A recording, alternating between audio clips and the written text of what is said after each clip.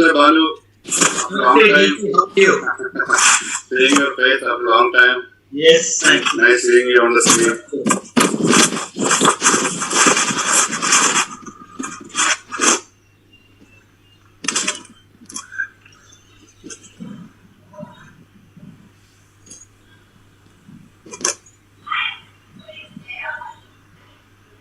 You can start, Rob. Okay. Thank you.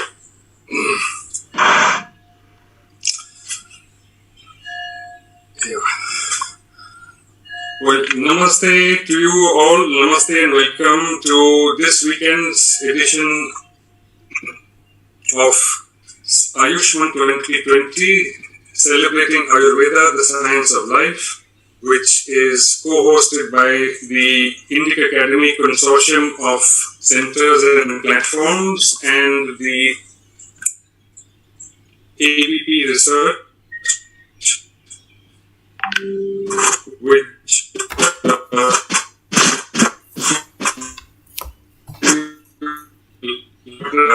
pillar of strength that we have for this evening. Our session is broadly called Jaivika, which is that is integral to life, and this is divided into two sessions this evening. Rahul, your voice is coming across a bit feebly, please. Your voice is coming across very soft and feeble, Rahul. Yes. All right. I'll speak up then. Thank you. The first session is in fact life integral, and the second session is Ahara, which is the science of the preparation and consumption of food and the rhythm of diet.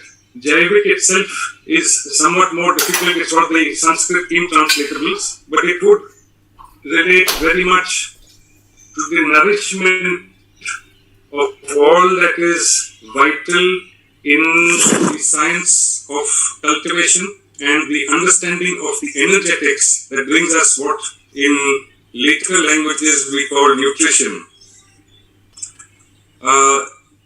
Today we are at a point where there is both the darkness of the industrial retail model of food, but there is the enlightenment that this particular model has been a failure, continues to be a failure, and needs to be replaced. It does not need to be replaced by anything new. It does not need to be replaced by an invention, but it needs to be replaced by what has always existed in our civilization, which is an understanding of the place of food and the origin of food in our life. And this is what we will be able to shed some light on in these two sessions. I am happy that in the first session we have two outstanding who will give us the benefit of their very lengthy, very extensive experience and their wisdom. We have with us today Ayurveda Professor Dr. G. Gangadharan, Director of the Ramya Indic Specialty Ayurveda Restoration Hospital in Bangalore, who will speak on the importance of using traditional varieties of food and the effects of using crossbred species.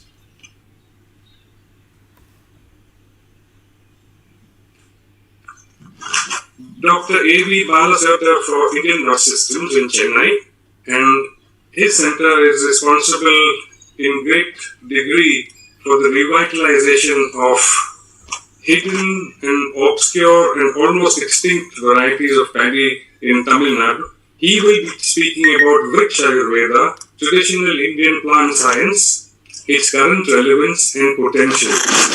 And you will see as the session progresses and transforms into the following session on Ahara, that there is the integral aspect and the integral element will become very clear as we move from the science of life energetics into its manifestation as crop food and how we prepare it. And with that, I would like to invite Ayurvedacharya Gangadharanji to please begin your lecture. Thank you so much.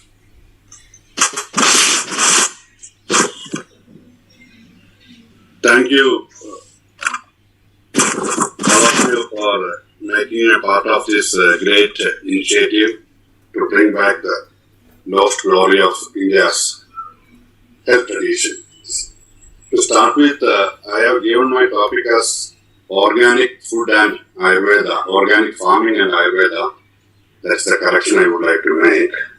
Before getting into the topic per se, I just would like to bring to the notice of the people that how certain names are getting on our head without knowing that some of them, there are some way it is misnomenclature being done. Because farming has to be organic. In Indian context, farming was never be separated from organic. Because we believe the organic farming, the Indian farming always has been rooted on organic principles.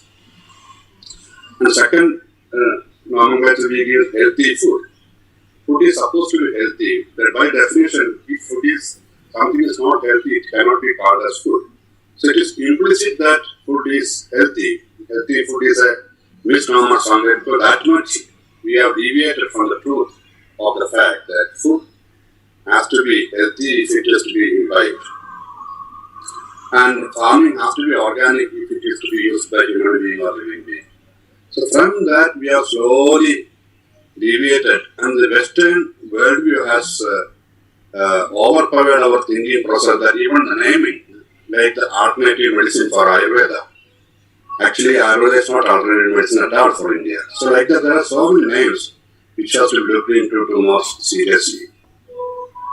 And Ayurveda as a science has been always made the point very clear that the human being and the living being and the macrocosm outside the external universe are one and same. It is an extension of each other. It's a connecting link. It is in a continuous existence in connection with each other. So there is no separation made in terms of its basic premises. So we said that Yavando Bhavaha Murtimadam Dehe Tavando Loge, Yavando Loge, Tavando Dehe. This principle is there in everything that Ayurveda, in that terms, any other Indian sciences, be it agriculture, be it metallurgy, be it other, even systems like the humanities like music, dance, all those things, the basic principles of Panchamahabhuta, becoming the fulcrum of everything that is having existence, has been very clearly mentioned. And I will always believe that we have to be in unison with external universe, always. That's why we have got Dinacharya, we have got Ritulacharya. We know that the external universe is changing. There are 6 seasons that's coming and going in a rotationary way. And we are adjusting our lifestyle, our food habits, our clothing pattern, other things to suit to the external changes so that our body is not put into imbalance. And many of the diseases are happening because we are not able to tune with the external universe. So I think this is a very basic thing one should know that Ayurveda holds to. This is the basis in which Ayurveda has built its whole theory and practice of healing. So Ayurveda is one of the living sciences of India today. Many of them have become museum specimens. Some of them are practiced in certain pockets. Some of them, fortunately, being safeguarded by some community somewhere in remote places, which has not properly documented. And what we see today as Ayurveda also is tip of the iceberg. I feel the institutions, the individuals who are practicing, who are carrying the knowledge of Ayurveda in a form of clinical exposition of that practices, only tip of the iceberg. So 90% of Ayurveda theory and practice is yet to be explored, waiting to be explored, waiting to be exposed. This is what one should know. We should not think that Ayurveda is what we see today. And the 3 levels of Ayurveda, which I always very keen to tell people who are thinking in this line, that the Tattva level, the Shastra level, and the Vyavahara level. We have been talking about only the Vyavahara level of Ayurveda, which is a practical experience gathered over thousands of years and used by many physicians and households and ordinary people and villagers for their practical needs. There is something above and beyond that. That is the real Ayurveda. Based on that only we can bring in new things in Ayurveda. So if Ayurveda as a science of evolutionary nature, it has been evolving from the Vedic period to Shaligrama of 19th century or after that. That has grown up because of we have been using the Tattva level of science and building on that. So this is the background in which I would like to take today's talk, and I would like to share some of my thoughts in the slides form. I hope it is, you can see the slides clearly, or? Yes, sir, it is clear. It's clear, sir. Okay. Yes, I can see it clearly, yes. So we give a lot of importance to Pathya and Apatya. And many Ayurveda people who know Ayurveda will know Pathya Sadi Gadarthasya Kimautra Niruvane. Pathya Asadi Gadarthasya. If there is wholesome food, there is no need for medicine. If there is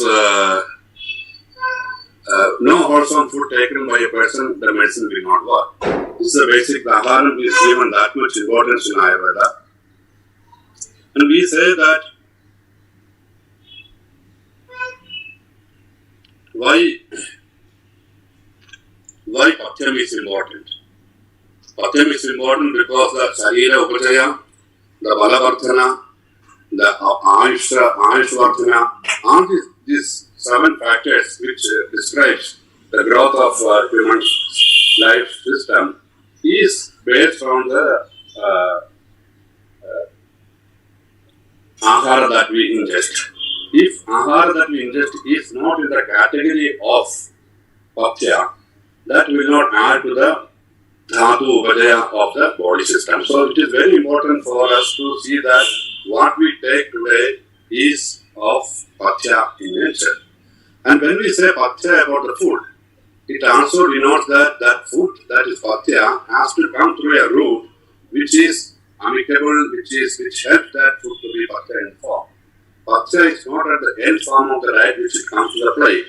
Before that food comes to the plate, it comes through a great process from the soil, from the cooking processes. All those things are taken into consideration in Ayurveda. So what we see in Ayurveda is that it has gone into the details of how a thing that is going to be a Dhatu Poshana Dravya in your body, how it has been created and what are the things that is required for its natural way of coming to a plate. So land is given importance and how it is processed is given importance. And what are things we add to that also is important. When we talk about land, it says our land should be of a certain types. Ayurveda talks about Anupadesha, Ayurveda talks about Jangala Desha, Ayurveda talks about Sadharana Desha. It also talks about which are the natural habitat of that place, how that every place, what are the ideal things that can be grown, etc. are very clearly explained in the land need. If the slides are jumping in your screen or it is coming clearly sometime, the land should not be containing toxic elements, should not be flooded with toxins, which is the state of the art now. These are all explained in Ayurveda for a healthy food to be grown. And we also talks about preservation of food. How to preserve the food is also one of the areas Ayurveda explains. And hygienic and safe preservation and how the food item must not have direct exposure to sunlight, wind and moisture. All those aspects you can see that is being explained in Ayurveda.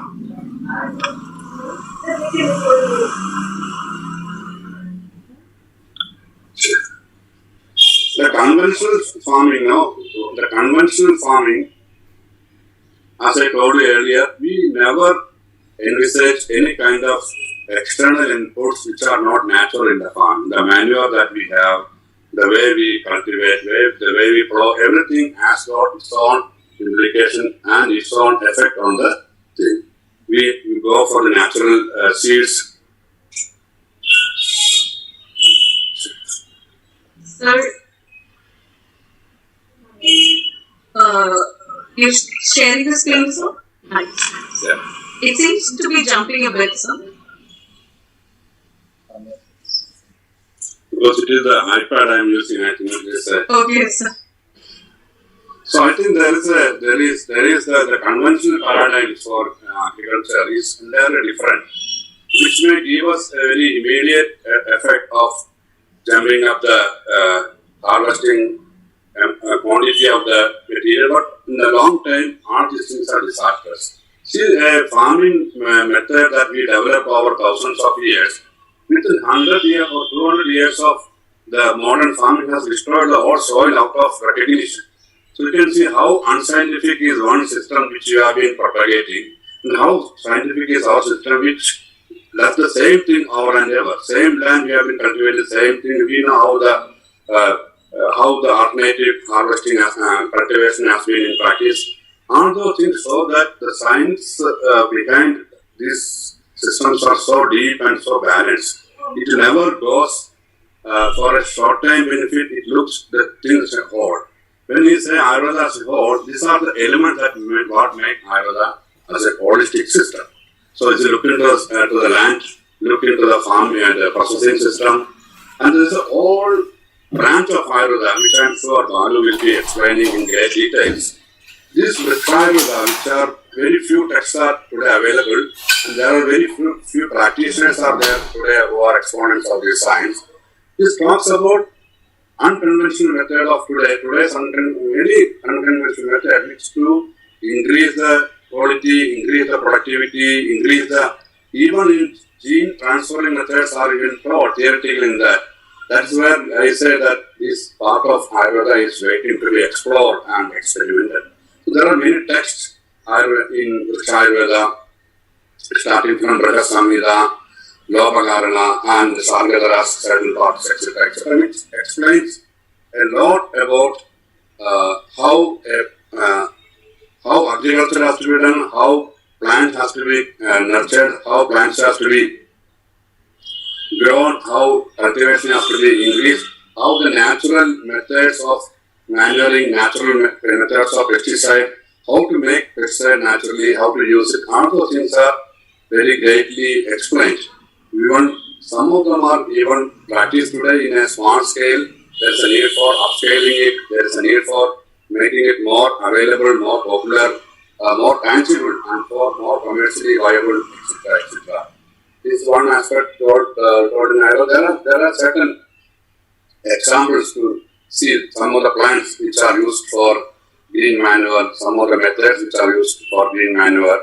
All those things are showing to the these are all indicators. What I want to say is it's not to expose all of this science, but show you that there is an indication that there is a deep science behind this, and we know how to live in tune with the nature in a sustainable way, in a way which will not destroy the place where we are living.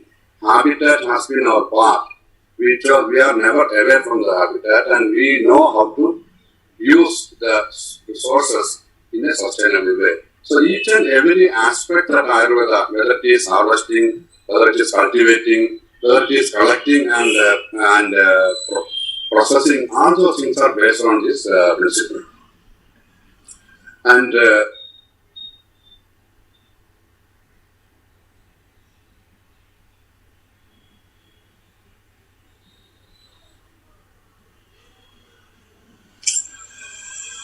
there are many other plants which I am sure the next speaker will be talking about that on how to use many of these plants for many preparations of leaf extracts and other things. And there are medicinal plants which are natural pesticides. Some of them are Nimba, Nargundi, Kadamba, Karanja, etc., which are there. So, what I want to make my point here is that Ayurveda as a science of healing and well-being is a part of a whole philosophy based on a sustainability of the cosmos along with the living being. It never separates the living being out of the external universe. It understands, it absorbs this principle and everything told in Ayurveda, whether it is medicine preparation, whether it is living a healthy life, whether it is treatment aspects, everything you can see this principle. That is how Ayurveda has been made, and if you look into other sciences like Ayurveda also, you will see the same principle being working in this area.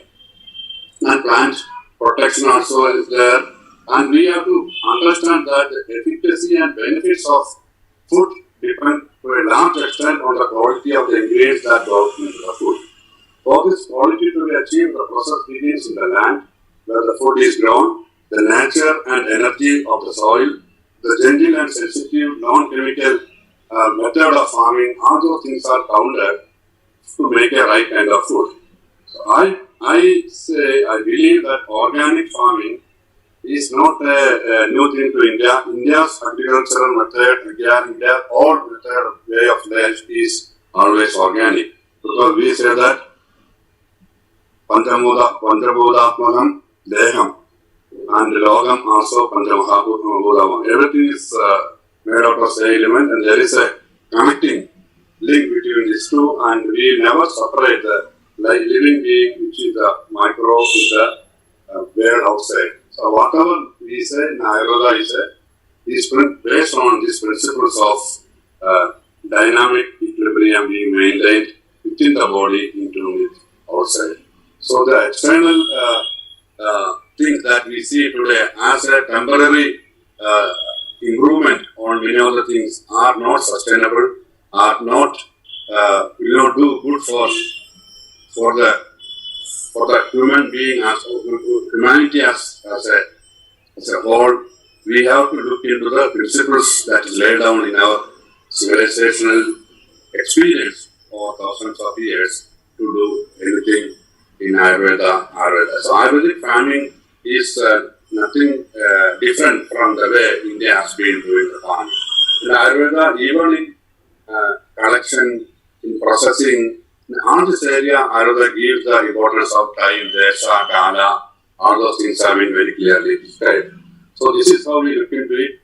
One of the problems that we face is especially the hybrid thing and the modern chemical fertilizers, which completely changes the nature, the way that we are being built. Even it can change the character of the genes. So we don't know how this is going to affect us in long time. It is one of the frightening things to people like us is the GMO that is being introduced. Somehow we are able to prevent it some extent in this country, but if it is coming to the world, the whole soil that is being available in India is genetically modified. And we say it is a better protein. That protein, how it is going to do the dhanu posanam, how it is going to be excreted by the body, how it is accepted by the body in long time is one doesn't know. Even now there is a new area of nanoparticle being reduced to the food item to give you better iron supplement. So this kind of very dramatic changes are happening, which are actually changing the way the human life is evolving. So we do not know the next gene that we produce through our offspring will be the same as we are, which is uncontaminated today. Today even genes are going to be expressed in a different way. Which is a point of a note of caution. I think there is a need for us to think about whether what chemicals are to be used, whether it is to be used at all those things have to be understood in a very different way. The way Ayurveda has given us a framework to think. It is not that we don't have a framework to think. We have a framework to think. We have got a basic theory to explore. And if you are able to put it into practical applications, we will be able to face the calamities being posed to us with the different sources. So with these few words, I hope I have served the purpose of giving Ayurvedic view in organic farming and what it is meant for science like Ayurveda. Thank you. Namaskar. Thank you so much, Ayurvedacharya Gangadharanji, for that lecture. I was especially happy to hear your very forthright views on the challenges that we face concerning especially our soil and water. The notion of contamination is something that, as you said, there are these new agents, GMOs, nanotechnologies, CRISPR, gene editing, and so on.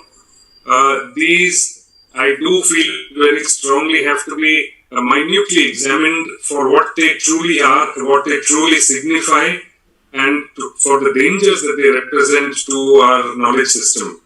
Thank you so much, and I do hope you will be able to stay with us for some of the questions that I'm sure will be arriving. However, we will... I'll be staying. Thank you. Viewers, please line up your questions. We'll take them at the end of the session. And without further ado, I'd like to ask Dr. Balasubramanian to begin on Vriksha Ayurveda. Thank you, Dr. Rahul. I'm thankful to the Indic Academy and AVP for inviting me on this occasion and giving me a chance to make a presentation about Vriksha Ayurveda. So I'll straight away get into a PowerPoint. Can I have a share screen facility? Is it already enabled? Okay. Yes, sir. Okay, fine.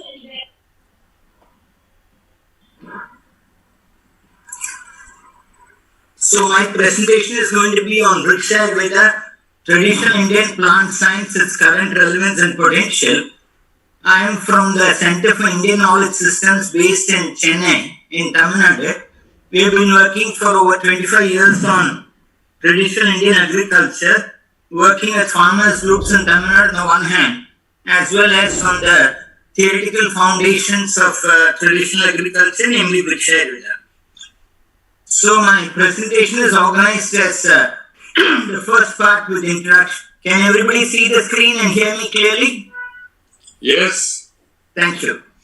So first I give a brief overview of the introduction and source material. Then the question may come, are these practices tested, validated, how do you utilize them? Certain unique Vriksha Ayurveda approaches, some examples, and conclude with the current relevance and potential. So what is Vriksha Ayurveda? So Ayurveda is the science of life in a broad sense. Mriga Ayurveda is Ayurveda for animals, and Vriksha Ayurveda is really Ayurveda for plants and trees. And the word Vriksha Ayurveda occurs in various ancient lists of 64 arts, and terms related to Vriksha Ayurveda are also found in them. What is the source material of Vriksha Ayurveda? First of all, the classical literature, what we may call a Shastriya Parampara. Just as you have classical texts of Ayurveda, there are also a whole lot of classical texts relating to Vriksha Ayurveda. Sorry, is this the longer presentation? I think I need to use my shorter presentation. Sorry, I think I started off by mistake with the longer presentation. Can I just switch? Yes, of course. Please go ahead. Sorry, fine. No problem. Just 1 minute, please.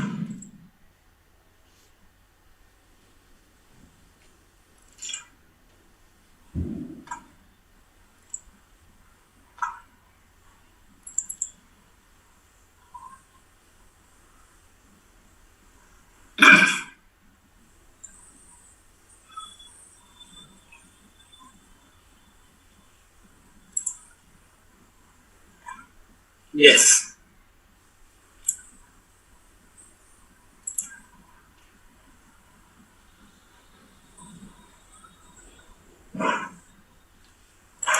Okay, fine now.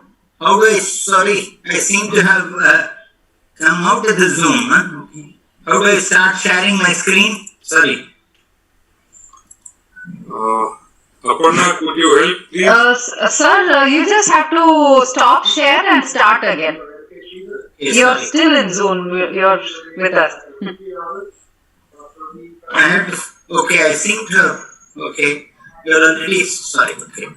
Am I still in the Zoom meeting? I'm sorry. Yes. Okay, sorry, fine.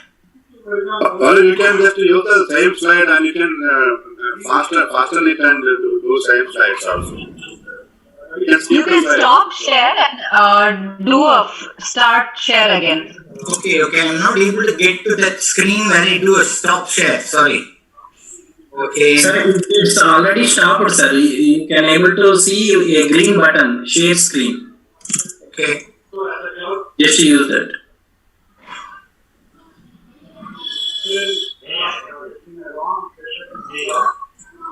Sorry, I think I'll sign out and sign in again. It's a bit Yes, sir, have you shared? Oh.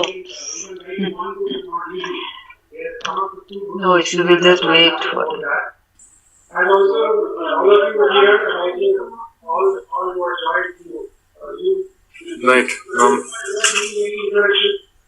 These long material for the sheet you 90 were video.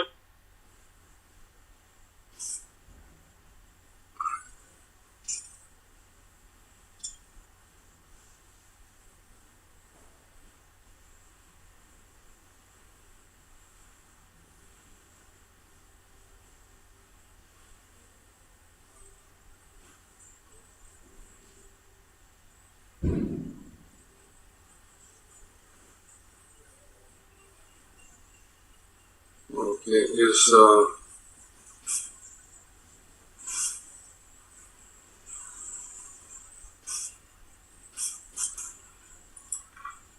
Sir, you are in mute. Please unmute yourself. Baluji, we can't hear you.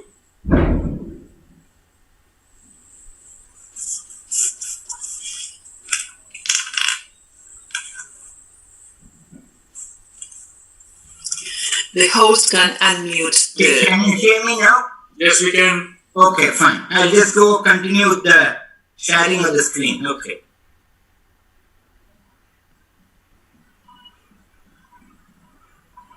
Okay, are you able to see the screen now?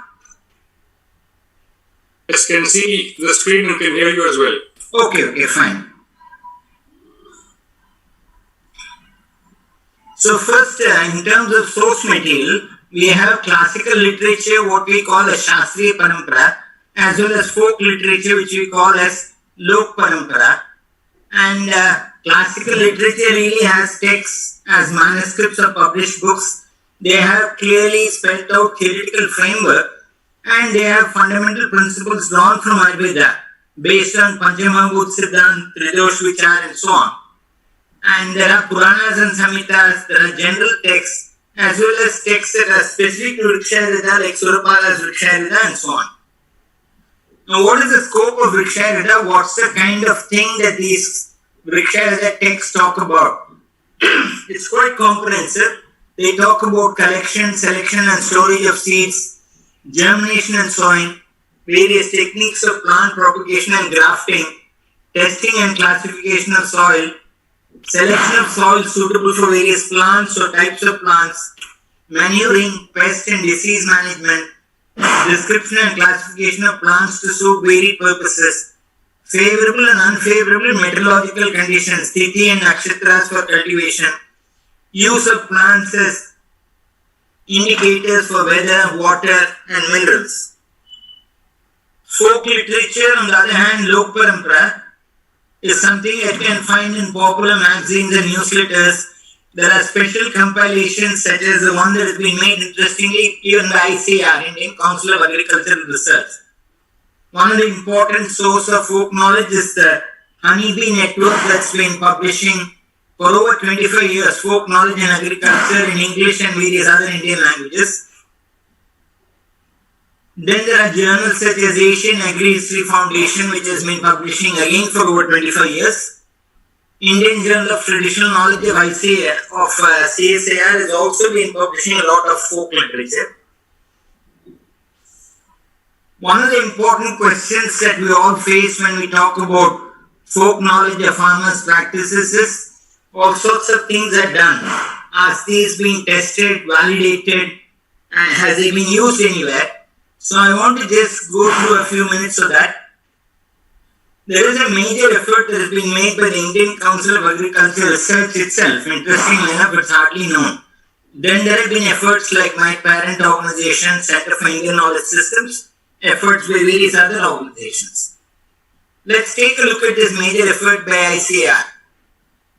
Between the years 2002 and 4, ICAR carried a survey and documentation of traditional knowledge relating to agriculture. They published a total of 7 volumes documenting some nearly 5,000 practices. These were the kinds of volumes that were published by ICAR, and these practices are classified as those relating to tillage and intercultural management, crops and cropping systems, pest and disease management, farm implements, grain and seed storage from various parts of the country. What's most interesting was that ICAR took up then an effort for testing and validation of these efforts. They picked out about 115 of these practices, shared it between scientists in agriculture universities, Krishi Vigyan Kendra, state universities for testing and validation. For example, this particular screen shows you the use of Naxomica, that is cochlear, cow dung, compost and brinjal for controlling fruit and shoot bearer. There is a particular person from Bhanjanagar in Ganjam district in Orissa who said that such and such a type of cow dung compost mixed with Naxomica can be used for controlling fruit and shoot bearer. The experiments were designed, and if you look at the final conclusion on the bottom right hand corner, you can see the use of cochlear mixed cow dung compost reduces the incidence of fruit and shoot borer considerably, matching with the claim of the disclosure. This is an interesting conclusion. Now we have done a meta-analysis of this ICMR results. What it shows is that of the 111 practices that were put to test by ICAR, 95 were proved valid, 3 were proved partly valid, 2 were to be repeated, which means that nearly 90% of the total practices are proved, tested, validated by modern scientific methods, which is quite a remarkable figure. 10 of them have been reported as non-valid. Now, if we take a look at some of those 10 practices, we also find that a lot of this traditional knowledge also has location specificity. If you transport something from a village of Orissa to a laboratory that's 100 kilometers away, sometimes the conditions are changing and you don't reproduce that. So we have to take a close look even at this not valid results. But this just to give you a glimpse of the kind of results that even ICAR tests show. For over 25 years, CIKS has also been involved in these efforts. I'll just share with you a glimpse of some of the kinds of things they've done. This is the campus of Theosophical Society, which is more than 300-acre campus, Adyar Estuary, near Madras or in Madras city. About 20 years back, Theosophical Society said that we have a major problem with controlling mango leaf webber. And the symptoms are that the larvae web the leaves and completely feed on them. The leaves wither and dry. They said, look, we are theosophists and we don't want to use any hard chemicals. You've been talking about Ayurveda. Can you suggest something to us? So a team consisting of CIKS people, including Vaidya Shyam Sundar, was working with us, got to work on this problem. What did we do?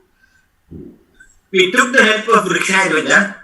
We said, let's use a mixture of neem oil and pungam oil spray, fumigate with Daruharitra and Vayudenga. These are substances that are known to be cremigna.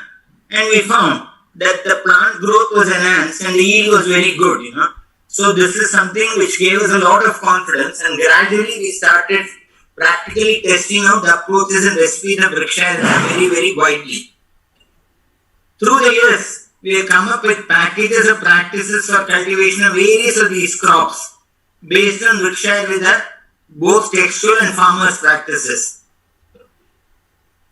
For example, we have come out on the left hand side, you see publication on organic cotton cultivation. On the right side, you see a publication on Ayurveda for plants. Similarly, Neem, a user's guide, organic paddy cultivation. Every one of them includes not just practices from the text of Vrikshayurveda, but also incorporates a lot of farmers' practices, which is a lok parampara of Vrikshayurveda. Just to give you an example of the way in which the lok parampara unfolds, a common practice that you'd see in the rice fields of Tamil Nadu is people will have a small gunny bag, sakumote that's made of jute, which is filled with neem seed cake, and they'll place it in the irrigation channel where the water comes in and irrigates the paddy crop. So the water that comes in soaks through this neem seed cake. It serves as a biopesticide as well as a biofertilizer. This makes perfect sense from the point of view of Vriksharita, also from the point of view of modern agriculture. We have incorporated and built such practices. Then there are fumigation methods that are used for various pests like in the cotton field. Diluted cow's urine is something that's extensively used in Tamil Nadu for seed treatment. We have also come up with publications on use of animal products in traditional agriculture, for which we have done a pilot project. Some of the research type of topics that we explored are, you see, if you look at Ayurveda, there are medicinal products for immediate use, like Swarasa, which is fresh juice, or Kashaya, which is a water decoction, which you have to use overnight. You can't store it for more than a day. Then there are storage forms of Ayurvedic products, like Churnam, Arka, which is a distillate, Taila, which is an oil, Aso and Arishta, which are fermented products. The challenge that we were facing was, if you are using natural products for pest control and crop protection, you have an entire generation of farmers who are used to diluting bottles of chemical pesticides. They said you are asking us every time to boil so many kilos of leaves, so many kilos of roots, filter it. Is there a ready-made alternative that we have similar to chemical pesticides? So what we said was, why don't we prepare certain Ayurvedic extracts like Arkas, Aswas, Arishtas using these pesticidal plants. They are cheaper and effective. Plant extracts are available throughout the year. They are non-polluting. That is, with an arka, if you make, let's say, a garlic arka, or if you make an adatoda or a pudina arka, it's non-polluting. There is no requirement of toxic or corrosive chemicals, no requirement of high temperature or pressure. Process is low cost. Most importantly, the technology for things like preparing kashayam, tailam, arishtam is widely known to our people, to our ideas and the village people. Physicians themselves, there is a need for awareness and understanding. There is also a need to do a whole lot of research. For example, Vriksharita may give clues saying that there are some herbs or plants that are crimigna. But what is the particular plant of choice that should be used for virus? What should be used for the paddy crop? What should be used for brinjal? These are things that you have to go into a bit deeply by way of research, using both the Lok Parampara and the experimental method. Lastly, I want to just speak a few words about what I think is the current relevance and potential of Vriksharita. At least there are three different areas in which I see a lot of possibilities: medicinal plants cultivation, sustainable agriculture, and in fact a new paradigm for agriculture. With respect to medicinal plants cultivation, the era of continuous harvesting of medicinal plants from the wild is already drawn to an end. Ayurveda and traditional medicine industry has to look towards plantations for future requirements. Obviously, we cannot and should not cultivate medicinal plants with chemical pesticide packages. There is no sense in growing your medicinal herbs using urea, phosphate or chemical pesticides. Vriksharita offers powerful knowledge base for developing organic and natural methods for cultivation of varied medicinal plants. This is one thing. Sustainable agriculture, both at the national and global levels, the food production is not keeping pace with the increasing global population. The purely chemical approach has reached its limits due to problems of sustainability, environmental and health concerns. There is a global trend and interest towards acceptance of sustainable organic farming as a way forward. India can emerge very strongly as a global leader, building on indigenous knowledge and wisdom of Vriksharita. Lastly, this can provide a new paradigm for agriculture. The reductionist paradigm of modern agriculture has severe limitations, and organic agriculture seeks a new paradigm. Vriksharita has a powerful theoretical framework drawing from Panchamahabhut Siddhanta and Tridosh Vichara. The theoretical framework of Vriksha Ayurveda offers a powerful alternative paradigm to comprehend plants and health and disease, as well as to understand plant growths. So this is just meant to give you a bird's eye view and introduction to Vriksha Ayurveda, which is a novelty. A lot of people may not have heard the term at all. This is not meant to be a very comprehensive presentation on Vriksha Ayurveda. There may be other occasions and forums for doing that. But this is just to give you a bird's eye view and to whet your appetite on the matter. So I'll just conclude with this couple of very interesting quotations from two different sources. Dr. Maheshwari, who was one of India's greatest modern botanists, he spoke about 1965, I think it was the Indian Science Congress. He said, in fact, even in the modern world, plant power means as much or more than water power, sea power, atomic energy, and so on. For obtaining plants, men have gone forth to the sword to distant lands, set upon long voyages, and conquered new lands. In fact, along with this, he gives a beautiful panoramic history of how and which plants shape geography and polity, including what is the impact of introduction of tea, coffee, rubber in various parts of the world, spices, what it meant to the ancient Indian trade to the Roman Empire, indigo and what it meant, rubber and what it meant during the Second World War, and so on. Finally, there is a beautiful Subhashita sloka that I will close with. Amantram aksharam nasti, nasti moolam anaushadam, ayogya purusha nasti, yojakastatra durlabha. There is no letter that's without the power of mantra. And similarly, there is no plant or root that is without medicinal value.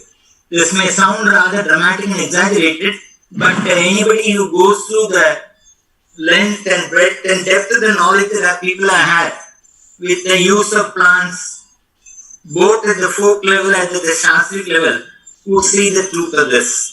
So I'll conclude my presentation here and stop. I welcome comments, suggestions, questions. Thank you for this opportunity for giving a bird's eye view about Vriksha. Thank you. Remarkable. Thank you so much, Baluji. That was absolutely exhilarating because it proves once again that we have very much the technology, the science, the worldview to recast our way of strengthening the interconnectedness between Ayurveda and cultivation. There should never have been a disconnection.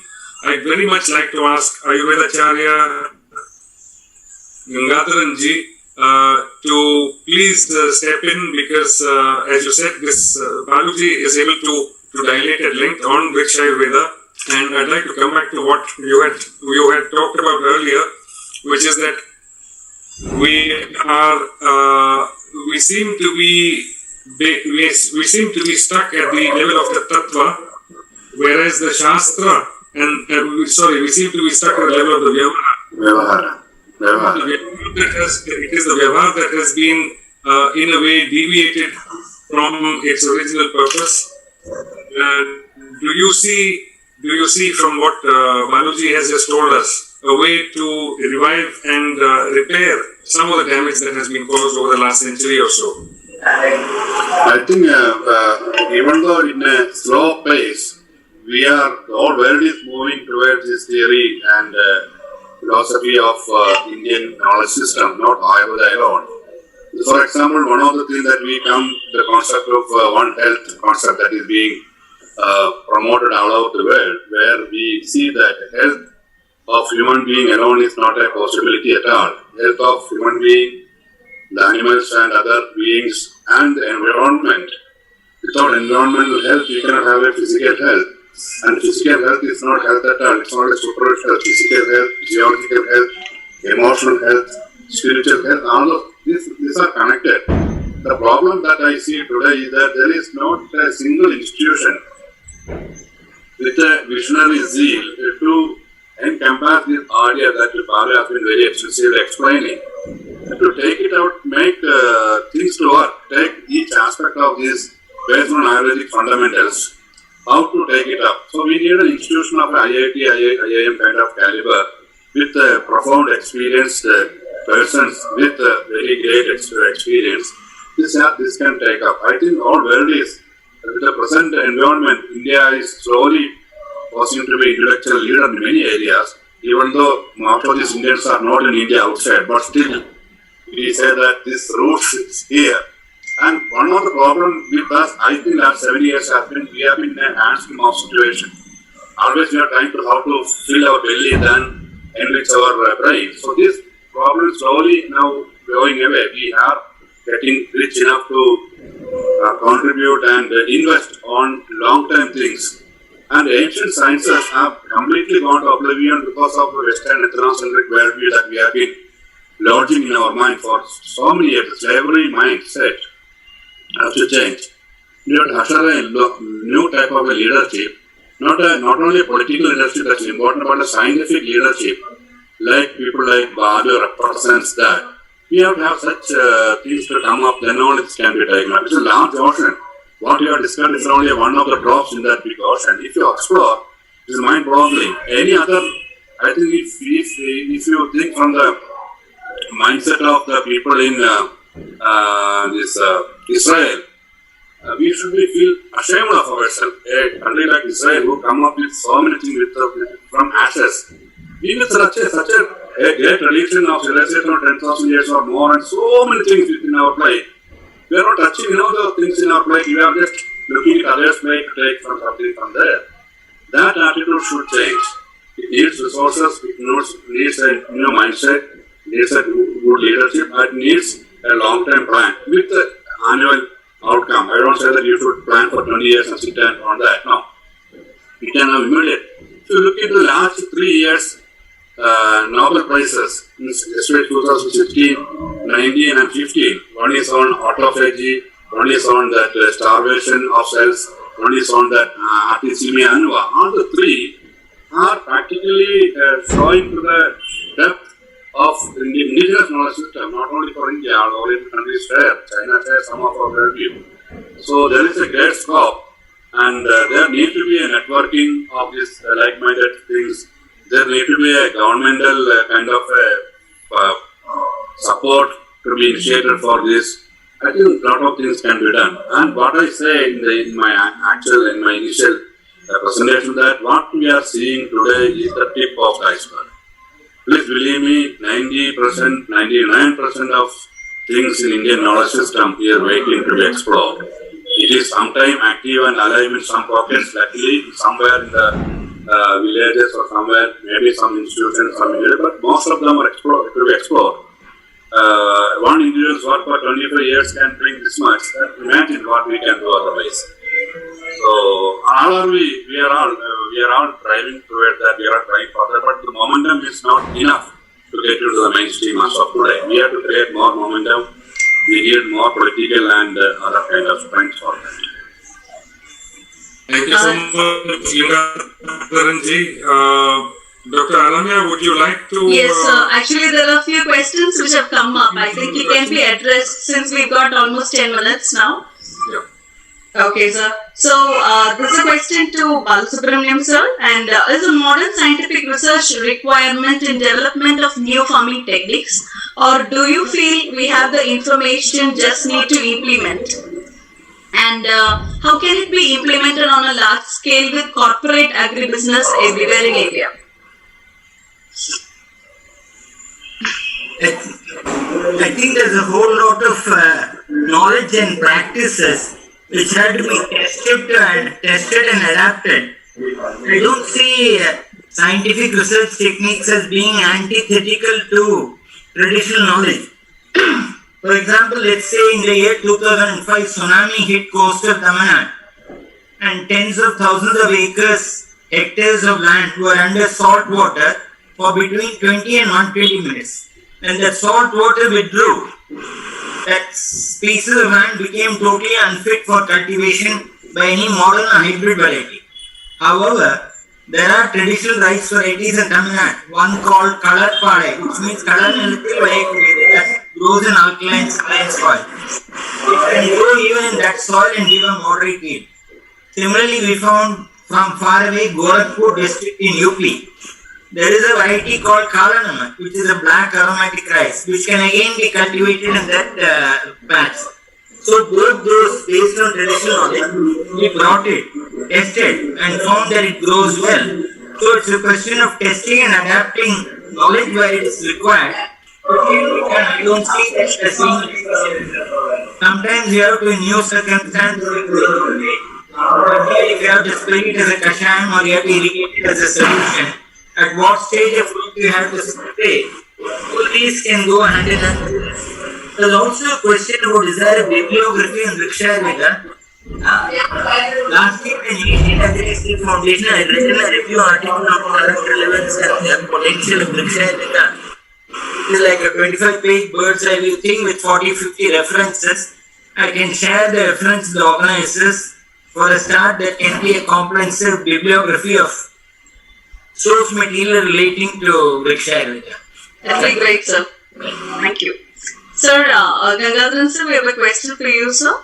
Does Ayurveda have enough capacity to serve or provide knowledge to different nations with different topographies, with different cultures and food habits, including areas such as deep Amazon or high Himalayas, where tribes and folks may traditionally eat whatever is available? See, there are two basic foundational principles in Ayurveda. One is that, say that Jagatteva Manausadam na vidya kinjit vasad nanartha yoga yoga. And Baba was telling Nasti Moola Manausadam. Yoga is Tatra Dullava. That is one thing. Second thing is that Yasya Deshas to Yo Jandu Tasya Tajausadam Pidam. Ayurveda never says that for a condition to be treated in a certain geographical space, you have to go and hunt for a medicine from 1,000 kilometers away. No. That's why we have got so many. We have got more than 100,000 health manuscripts in regional languages and in Sanskrit, which are expositions of the collective wisdom that have been created over the years, and some of them got documented in a written form. So everywhere, one of the challenges the intellectuals of Ayurveda should face and succeed is that how we can adapt Ayurveda to different ecosystems and geographic spaces. For example, is that there are short ridus, 6 seasons. 6 seasons are seen only in certain places of Gangetic plain, where the Shishra, the Vasanta, Irishma, Varsha, Sharat, Inuma. But if you come to south, we see that another 6 ridus are not there. The Varsha Ridu has got a Pravrit also along. Pravrit is a new Ridu being handled by Sushruta because there is a variation. And here the Vasanta, Shishiram and Hemantam are less.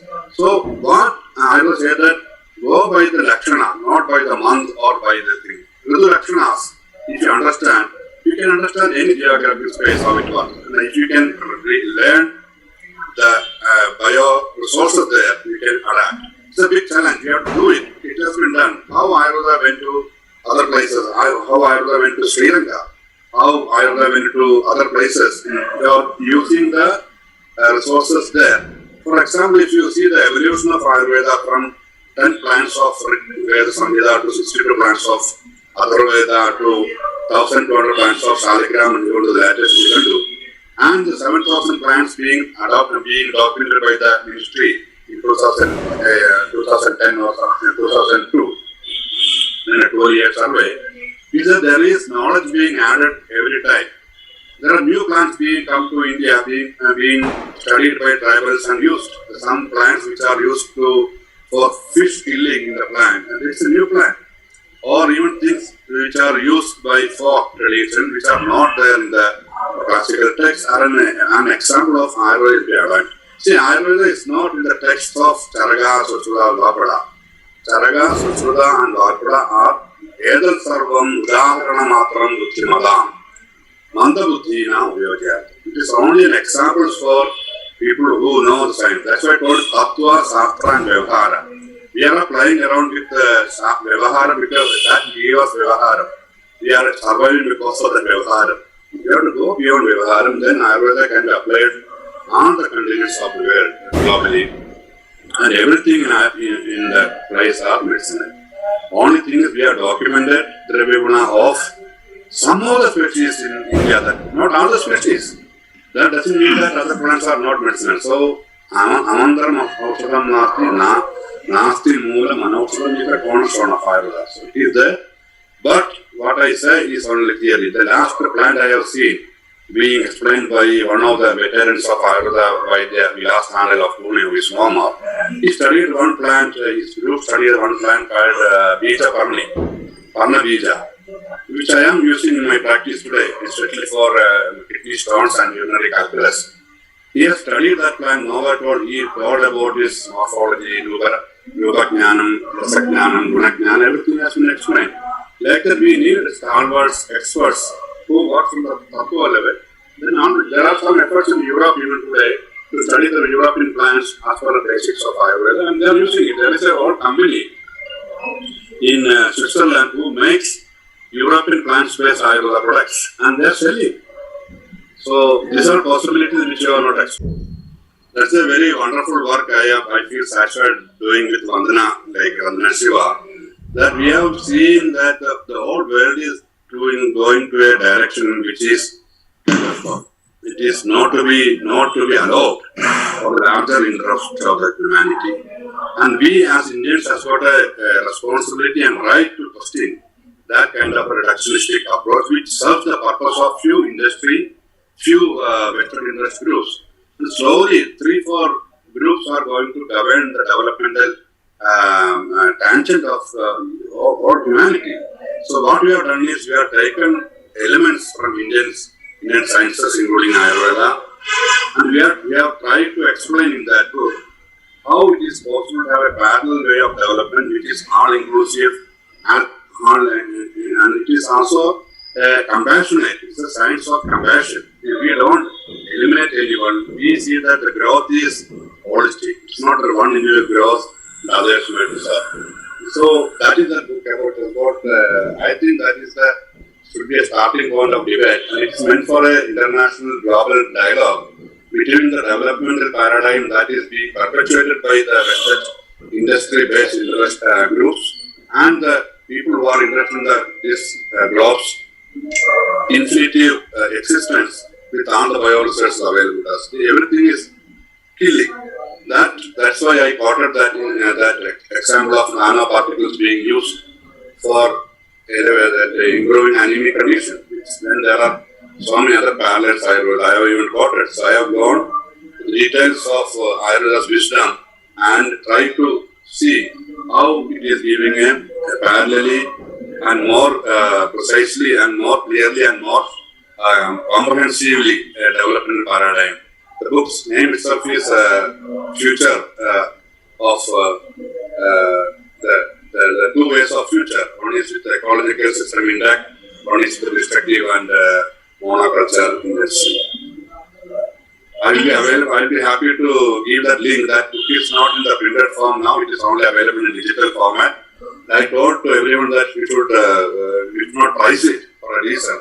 We should make it available to all of you who are interested. It's a very highly researched work and I feel proud of that. Great, sir. So over to you, sir. Rahulji. Thank you so much, Gangadharanji and Baluji, for that very, very illuminating session. I'm very happy that we were able to move from Jaivika, in fact, to a development paradigm discussion, which I feel is so essential to India this day. And I do hope we are able to maintain this relationship between our institutes, our centers, Indic Academy, AVP, CIKS, and yours, Gangadharanji. Risa is the name. Risa, yes. Risa. Because as you said, and as Balu has been reminding us for a long time, there is a very urgent need to be able to educate. He mentioned this, that the wider community itself needs to understand which Ayurveda better. Every single substance that you hold in your hands that you transform into something that is healing actually has its origin in the soil and the water. And this is something that I do feel very strongly about. Let us please put our heads together at a later stage and come up with a program which can take this ahead. Thank you so much, Gangadharanji and Baluji, and to the participants as well for your excellent questions. And let's move on to session 2. Dr. Ramya. Yes, sir. Thank you. Thank you, Balasubramaniam sir and Gangadharan sir. Thank you for joining us. Thanks. Bye. Now we'll be just moving on to the Ahara session. So just giving an introduction. In this session, we actually bring to you the traditional recipes of different parts of the country, the different countries, so that we know that all of our traditional recipes have a connect to the place we are in, and the season and the type of food that we intake. Everything has a connect to the people who live in different countries, and we always believe that these are being based on some of these Ayurvedic principles. So here is it's an initiative to bring to you these traditional recipes of different parts of the world, so that it can be initiated, but let us understand also in deep why it is being used, when it should be used, and how it is being used. So I begin with, today we have the first through video, and today's presentation will be in the form of video or a slide presentation. So the first one we go for Ms. Nija Rupa. She's part of the ISKCON movement in Latvia, and she's from Riga, Latvia, with great knowledge about the local medicine herbs and their use form to their ancestors, who for centuries themselves used in food and medicine. She graduated from Moscow PAH, the Russian Academy of Natural Sciences, assistant therapist, and she's been part of the AVP Baltics course with Dr. Somit Kumar in Latvia. So we just have a video which is being sent from Latvia. So over to the video being shared.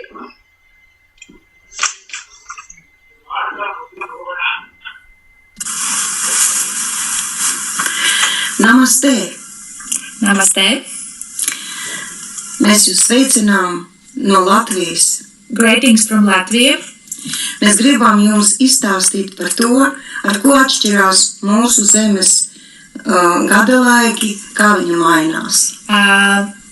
We want to talk and tell and discuss also some things about our nature, about for our seasons, which is like very different, and we want to share with this information to you. Katrs gadalaiks ir ļoti skaists. Every season in Latvia, in Europe, is very beautiful. Un Latvija atšķirās dabā ar to, ka viņi ir ļoti izteiksmīgi 4 gada laiki. Latvia, in like our location, we can be very happy because we have 4 seasons. We have summer, we have autumn, we have spring. Ļoti liela atšķirība šiem gadalaikiem ir saistīti ar saules ietu pa mūsu debesīm. Our seasons is very connected with sun, how the sun is going around to the earth, also include to our location. Vasarā mūsu diena ilgst 19 stundas. Summer, our day is 90 hours. Un nakts ilgst tikai kādas 4 stundas. And the night is only 4 hours long. Bet rudenī, kas šobrīd ir, mūsu samazinājies ļoti dienas garums. Mums šobrīd ilgst diena tikai kādas 7 stundas. But now, autumn, we have day long only 7 hours. Un pārējo laiku tas ir tāda migla, tas ir tāda tumša un nesaprotams apgaismojums. Like in the day, we have more fog, rain, wind. Mostly days we don't have the sun. The sun we have only few days in a month.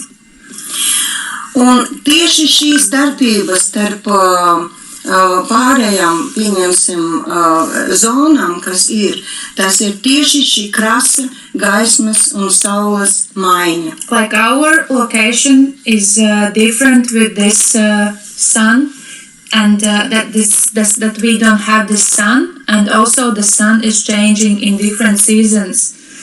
Mums ir ļoti ātri beidzās vasara, ienāk rudens. We have very short summer and very fast come autumn and winter. Un rezultātā mums veidojas, ka mums pārtikai jāparūpējas tā, lai mums pietiek visai ziemai. So it's mean that we need to take care all summer and also some weeks in the autumn how we will prepare the food for the winter. Un tieši tāpēc es gribu iepazīstināt ar mūsu svarīgākiem ēdienu kartes tādiem ļoti svarīgām sastāvdaļām ēdienu kartes. That's why we want to discuss and show to you that our main important food items in our menu, which is very important in this darkest time and also in winter time when also we have frozen and snow. Es domāju, ka jūs ļoti labi saprotiet to, ka šajā rudens vēsajā un bez saules gaismas periodā mums vajag saglabāt, lai mums ir ēdiens silts un lai viņš arī uztur tādu labu siltumu iekšā. So according also to Ayurveda, that also says that we need to take our local food and also warm food. So it means that we need to prepare a lot of items like in fermented process, and also we need to get these vegetables from the garden to our go downs, and also we can prepare food that we will eat later after maybe some months. Un viena no pirmajām un pamatā ēdienu, tas ir saistīts ar graudiem. And one main of the thing what we need to eat, and also it's very important in our menu, it is grains. Un es nosaukšu, kādi mums ir šajā vietā aug graudi. Tas ir kvieši, bet ne sevišķi daudz lielā apmērā viņiem aug. Mums ir rudzi un mums ir mieži.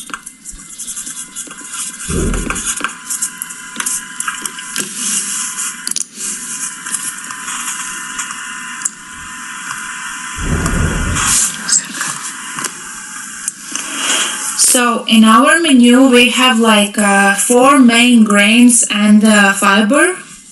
It wheat, rye, barley and buckwheat. Arī pie mums aug ļoti Indijā maz pazīstams tāds graudiņš, kas saucas griķi. In India, we are not sure, but in our location in Latvia, we are growing buckwheat. Un viņš ir atšķirās no pārējiem graudiem ar to, ka viņu var ēst kādaši. Viņš īstenībā neskaitās grauds. The difference between other 3 grains, which is like wheat, rye and barley, they are like a seed, which they are not, we are not eating in Ekadeshi, but this our buckwheat, it's like more fiber, and that we can eat, so we can't say that it is like seed. Nākamais, ko es gribētu pastāstīt par graudiem, ka tieši tāpēc, ka mums ļoti vasara ļoti īsa, mūsu graudi līdz galam nepaspēja nobriest līdz rudenim.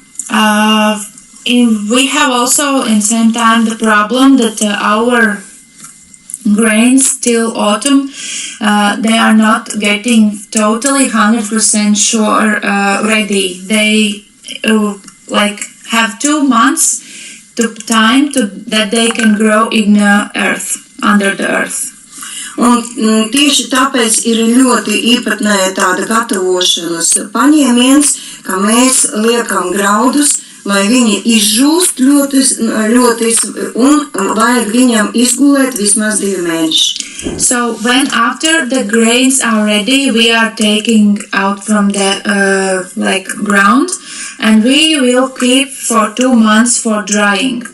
After 2 months only we can eat that. Otherwise the grain is not ready, and there is that inside the small fermented thing what is not allowed. It's allowed to eat, but it's not good for our digestion and our health. Un tieši tāpēc ir ļoti interesants, ļoti sens paņēmiens, ka mūsu senči to darīja. Mēs graudus pēc 2 mēnešiem liekam mērcēt, un pēc tam no viņiem gatavojam, kad mēs viņus samaļām. So after the 2 months when these grains are dry, totally dry, we are putting in the water, we are keeping some while in the water, and then we are like squeezing and making like a paste, and then from this paste, of course, we are grinding that wet grains, and then we can make different type of food items.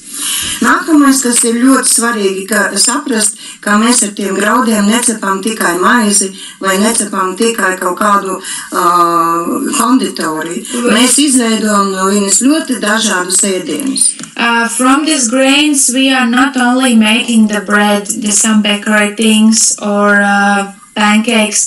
Actually, we can make so many food items from them to mix it to other vegetables, like for example potatoes, carrots.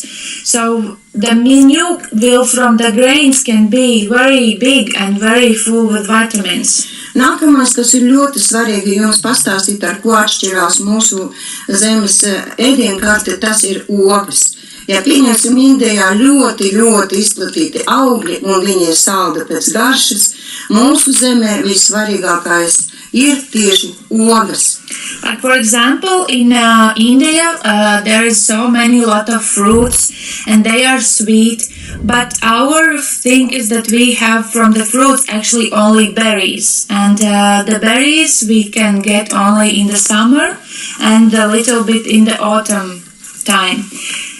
And mostly they are sour, and it means that we have a lot of kapha. Nākamais, ko mēs darām ar tām ogām, arī ļoti sena un ļoti šeit izplatīta tehnoloģija. Mēs fermentējam ogu sulas. So we are also fermenting and getting from the berries and preparing them for the winter. Mēs viņus varētu nosaukt par šķidrām garšvielām. These berries, we can say that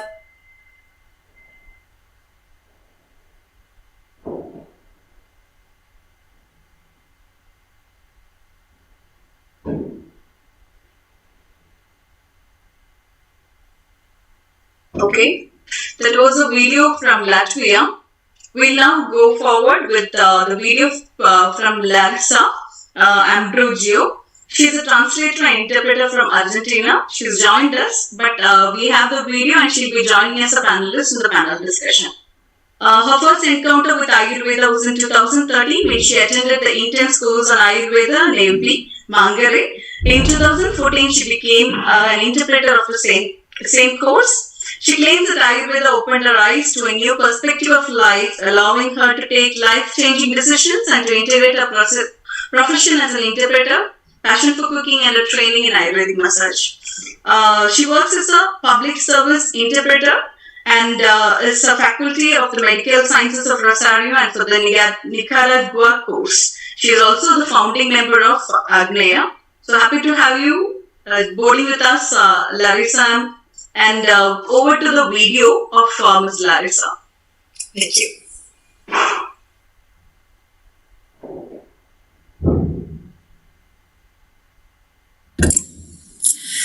Good afternoon to all. Before talking about our topic today, I'd like to give you a short introduction. Our history as a country is not very old. Argentina was born about 200 years ago and populated by immigrants from different parts of the world, especially from Europe. With them, they brought their culture, their traditions, among which we find food. On the other hand, before the coming of migratory waves, this land had been conquered after the discovery of America. And as a result of this, American natives' culture and traditions were practically erased and replaced by another one. An example of this was the introduction of rice and wheat, which took over the role of maize, a plant which was considered as a sacred plant for natives.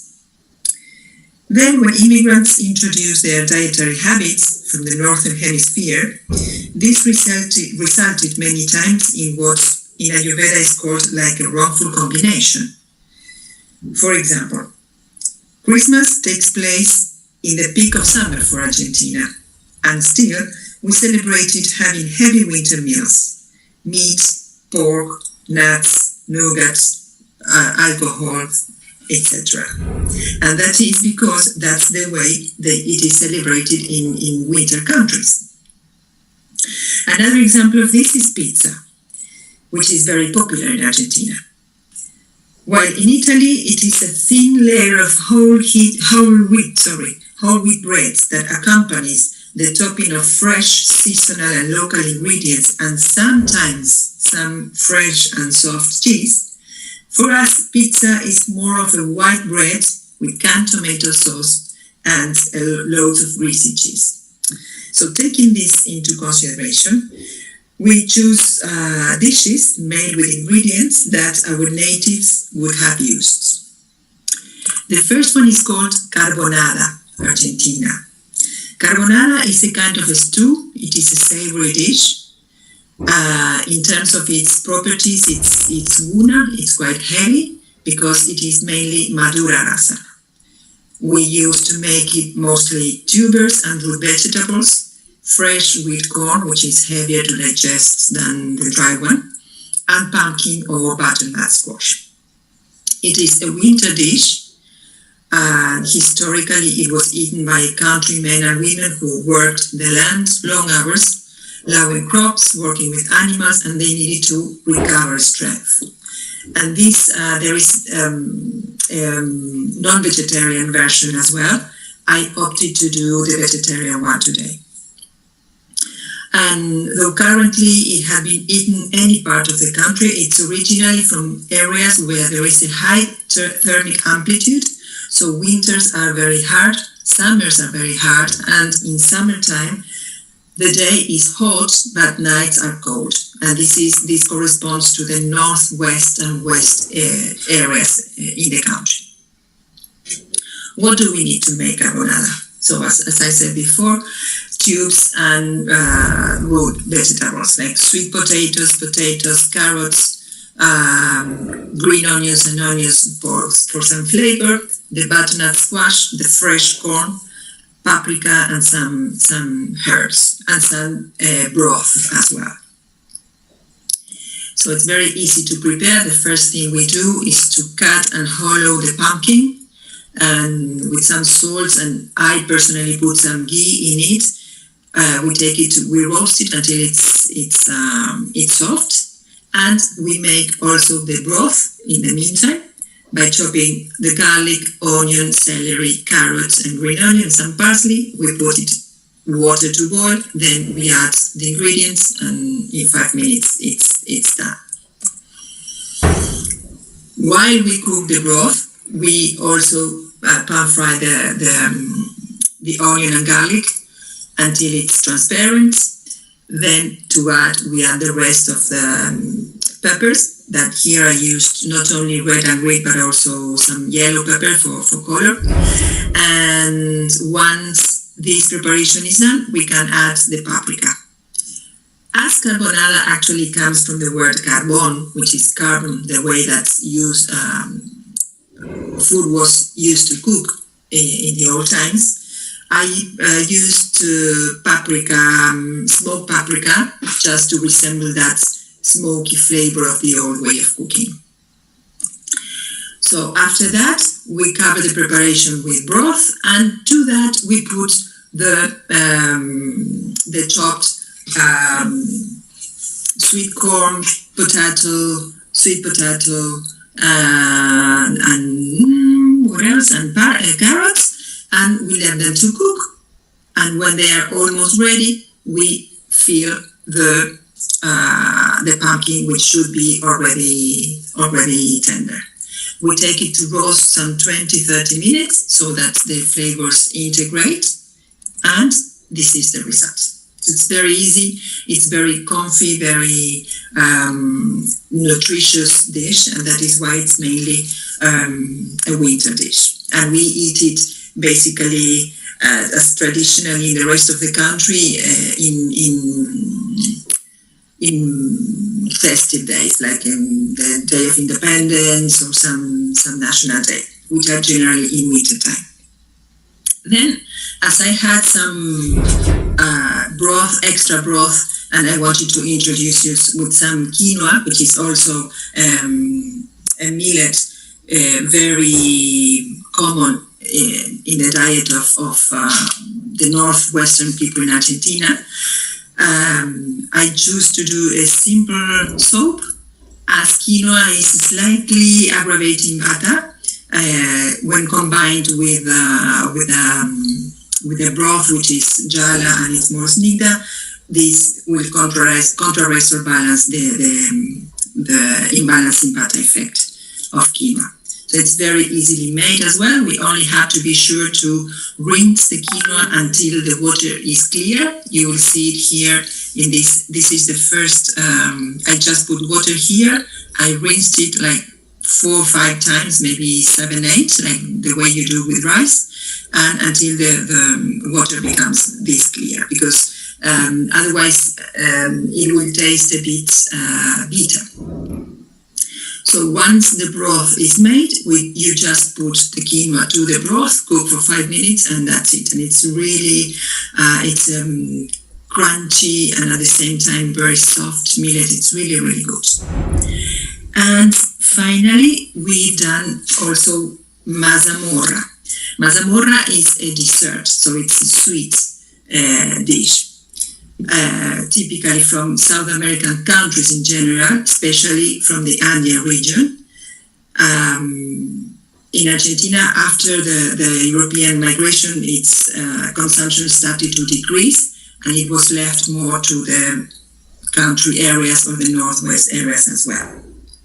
Though it is very popular dessert, and it's in terms of Ayurvedic perspective, it is Madura rasa mainly, because it's done with corn, dry corn, sugar and milk. It's also guru, and it's ideal for children, because children, as they are in their kapha stage of life, they need this nutritious part, and also for aged people, because they are in their vata stage of life. So this dessert, which is warm and guru and madura, contrarrests that vata. Something that I would like to mention as well is that the difference between this corn, which is, as you will see here, is white maize. It is more easily digested than the sweet corn used in carbonara, because the sweet corn in carbonara, as it is fresh, it tends to have the quality is more of a vegetable. Instead here, white maize, being dry, is more like a cereal. So what do we need to make this mazamorra? White maize, milk, sugar, and cinnamon. What you see here is just an example of the variety, the huge variety of maize that there are in America, and that due to the fact of the conquer and the migration, this was reduced to countries such as the northern part of Chile, the northern part of Argentina, Bolivia, Peru, Ecuador, and all the Andean countries. How do we prepare mazamorra? It's very easy as well. We have to first rinse the maize and soak it overnight, as you can see here. Then we have to cook it over a mild flame until it softens. In this case, we added some clove to contribute some flavor and to also contribute to its digestion. And we have to cook it in a mild flame until it is soft, as you can see here. When it is soft, we strain it, let it cool, and set it aside without throwing away the water. Once the maize is cooked, we start cooking the milk. So we put the milk to boil, and in this case, instead of doing the whole amount of milk, we mixed half the amount of milk with half the amount of the cooking water. So this is what is boiling here. Once this combination of milk and boiling cooking water is started to boil, we add then the corn, which is already softened, the sugar and the cinnamon. We cook it over a quarter of an hour or until it is thick, stir it regularly, and when it is thick, we remove it from the flame and we serve it and just enjoy it. It's really, it's a kind of sweet gruel actually, but made with corn instead of rice. So that's it, our presentation. Thank you very much. This is the result of the first carbonara. Thanks. Thank you, Larissa. So she'll be joining us for the panel discussion. So we now move on to, thank you. So we now move on to Sir Bruno Carmo Badrinath Das, who's an associate Nardevashala, Sao Paulo, Brazil. Postgraduated as Ayurveda practitioner by Nardevashala Institute since 2016. Graduated in Biological Sciences at Unicamp Master in Science Teaching and postgraduated in Clinical Phytotherapy. Attended the Ayurveda courses at Jaivika in Coimbatore from 2017 and especially has covered the topics Vaishya Kalpana, Ahara, Paka and Stri Roga like that. So very happy to have you here, Badri. So over to you and you can start your screen sharing also. Thank you. Thank you, Doctor. Thank you, everyone. So I'll share my screen.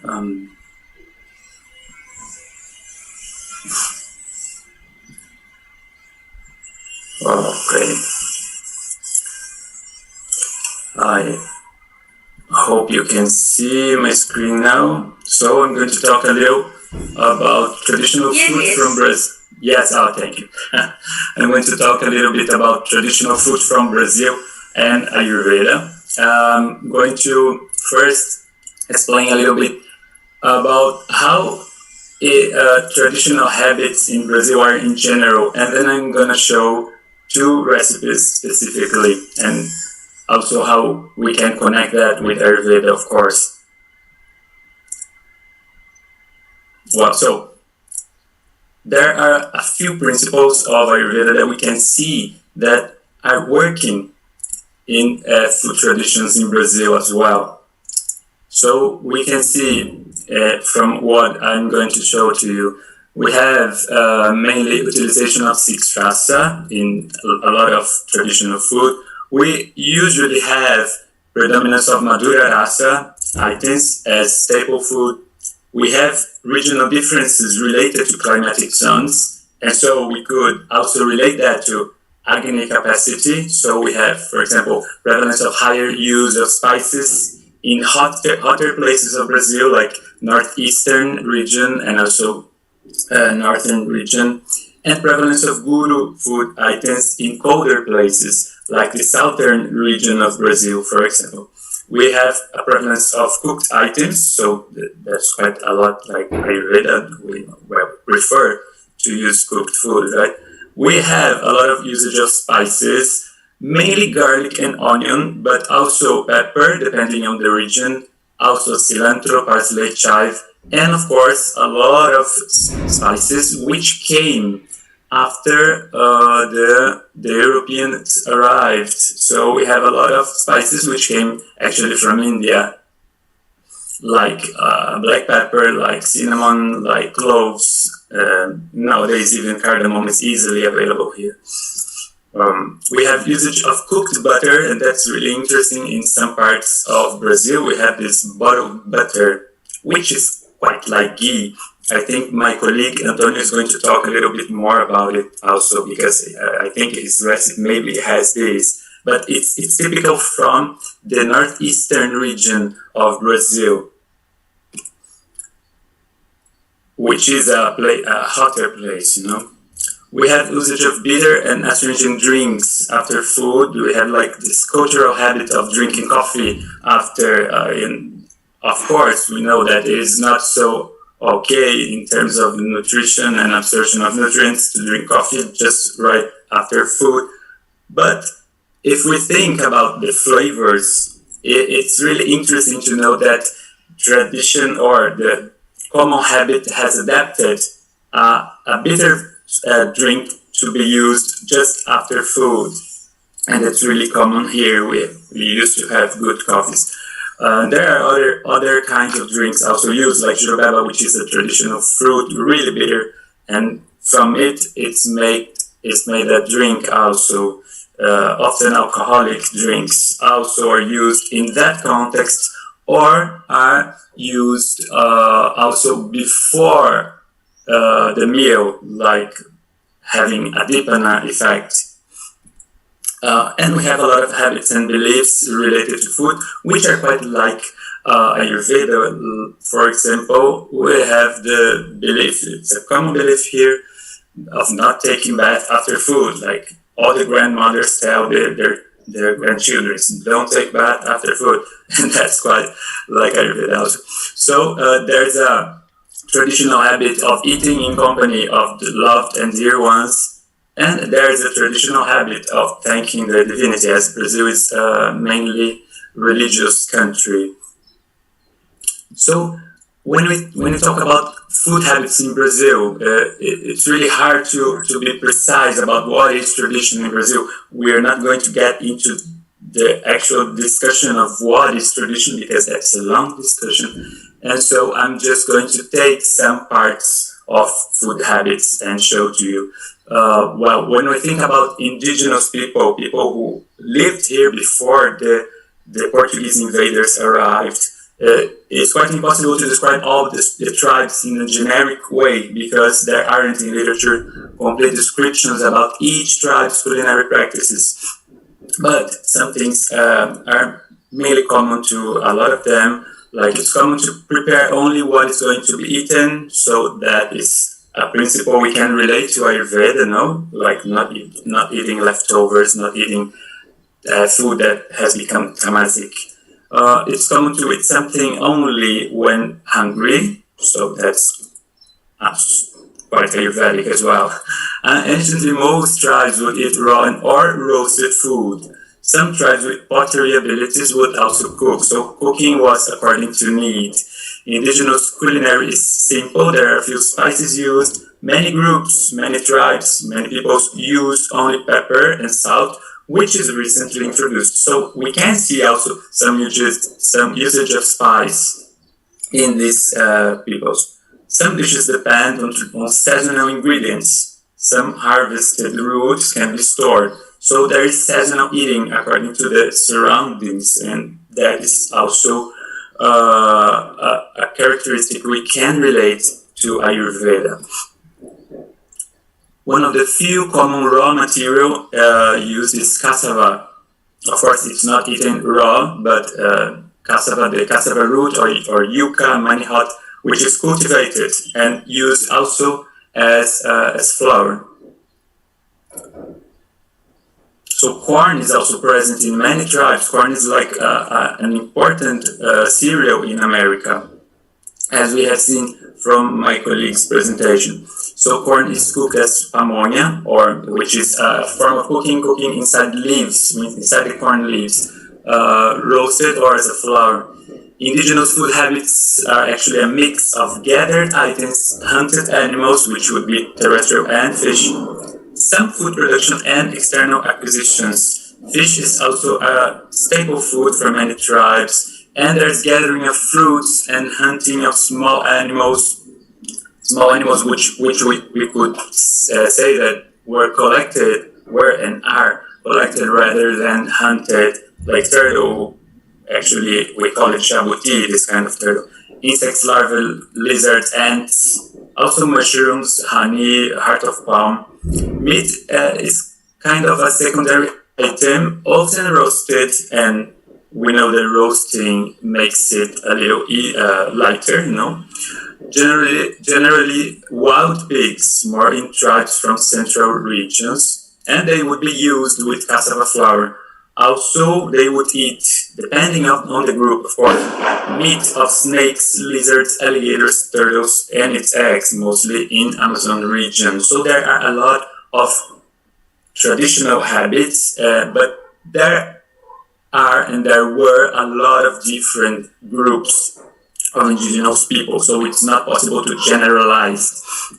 Well, so in all this, we can see a huge predominance of Madura rasa in the cassava, in the corn, in most of these meats also. So nowadays we can identify in Brazilian culture, in Brazilian food habits, influence of these native indigenous populations, also influence of the Portuguese colonizers, also influence of the African enslaved people who were forcefully brought here by the Portuguese invaders. Also influence from immigrants from many parts of the world, mainly from the 19th and 20th century, when they came, like from Germany, Italy, Japan, and many other countries, and their descendants, of course. So there are a lot of mixed influences in our food habits. In general, we can see that minimally processed food staples include rice, a variety of beans, and the root cassava manioc. And this cassava is like a great influence of indigenous native populations. So a lot of staples having Madura rasa, we can see here. They would be the basis of everyday main meals.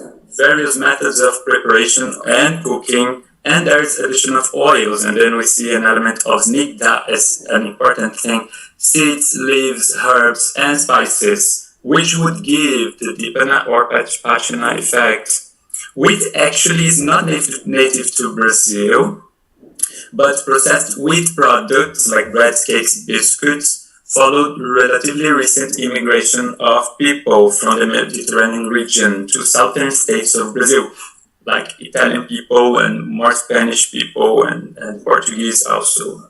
Nationally were uncommon, these wheat products, until well into the second half of 20th century. So nowadays it is quite common for people in Brazil to eat a plate like this with a spaghetti, because of this Italian influence, mainly in southeastern places, southeastern region. But the rice and beans is like our national signature, and this combination is an example of this predominance of Madura and the combination of cereal and legume. The amount of meat, fish, and other animal products in long-established Brazilian diets would depend on availability, price, income.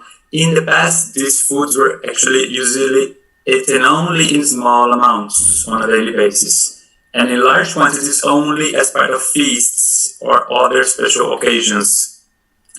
It was not so common to eat a lot of meat every day.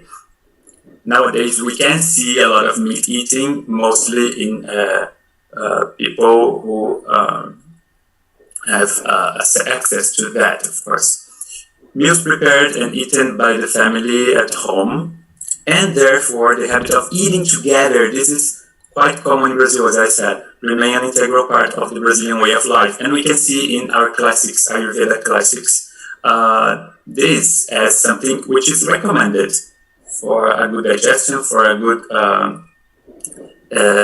for the right intake of food, like we should eat with the loved ones. Of course, there are a lot of pressures nowadays, which tend to change these habits, like introducing a lot of snacking, a lot of soft drink consumption, and things like that has been jeopardizing this good habit of eating together we used to have as a tradition. Of course, there is a variety of indigenous or established tropical fruits consumed, and commonly they are used as breakfast or as desserts.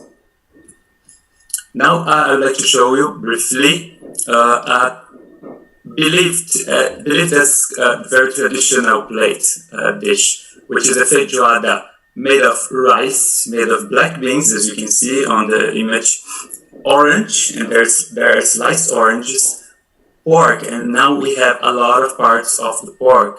We have pig ears, feet, dry meat, ribs, sausage, and there is a lot of kinds of sauce. There are a lot of kinds of sausages. Calabresa sausage, a kind of pepperoni sausage. Another sausage named paio, pork loin, bacon. Many parts of pig and processed parts of the pig get into this recipe. Kale, which is often cooked, and a farofa, which is made of cassava flour. Also, there is a spicy seasoning. We can see back there a spicy seasoning, which is usually made of red pepper.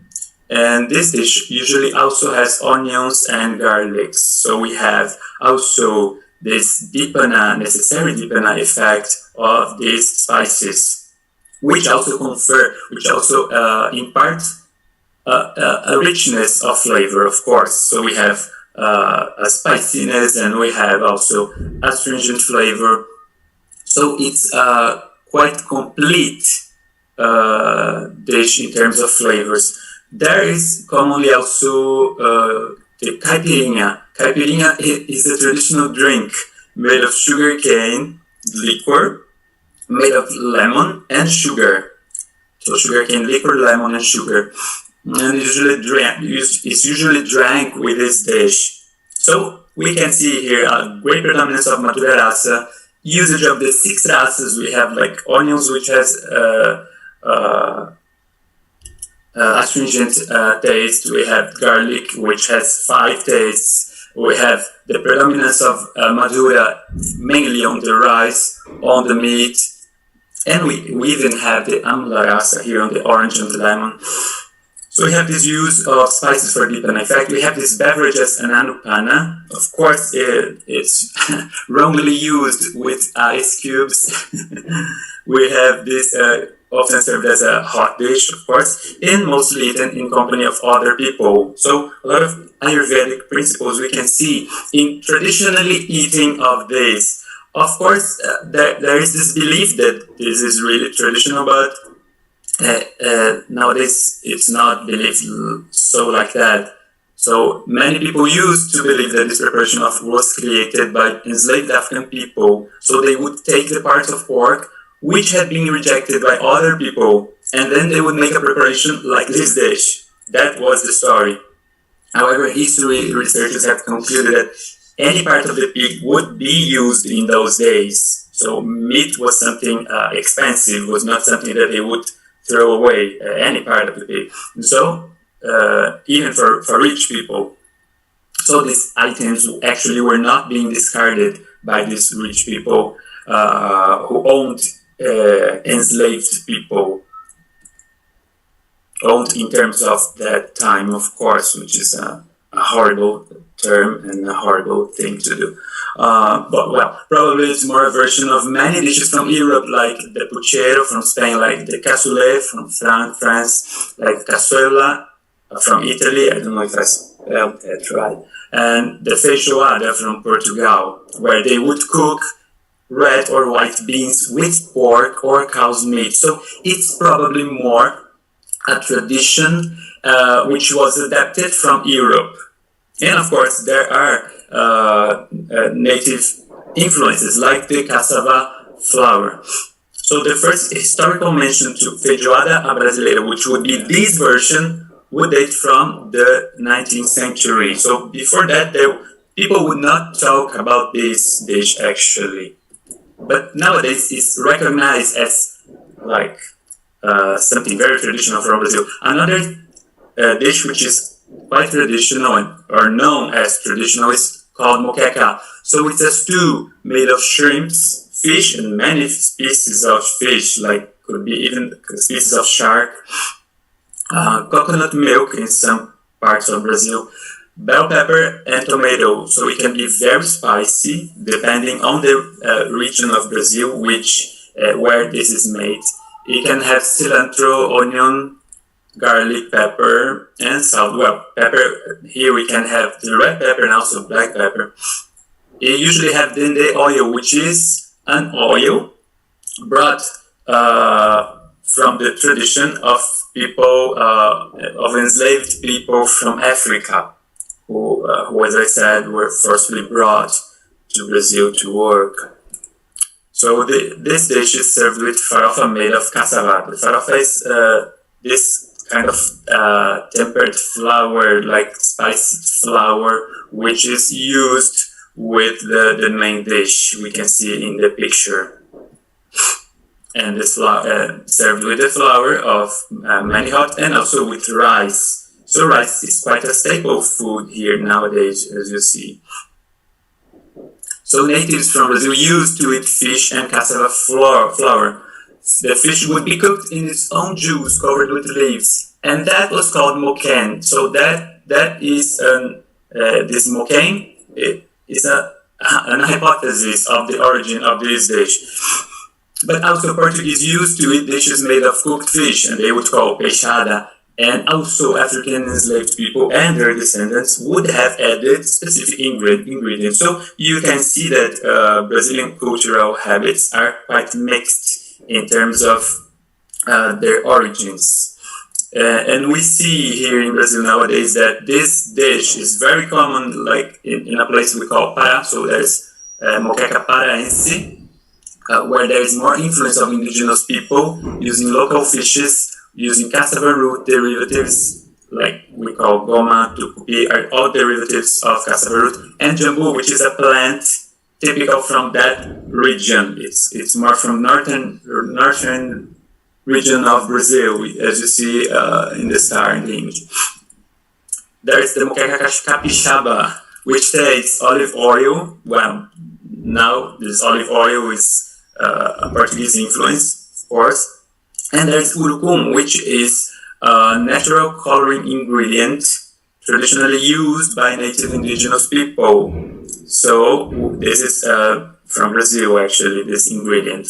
And this, as you can see, is more from the southeastern region of Brazil. And there's a famous moqueca baiana also from Bahia, of course. So different states of Brazil, as you see in the map. And this one has bell pepper, coconut milk, and then the oil. So in this one we can see more African influence. So this is what I wanted to show you. Thank you really much for your attention. Thank you for the opportunity. Thank you, Badri.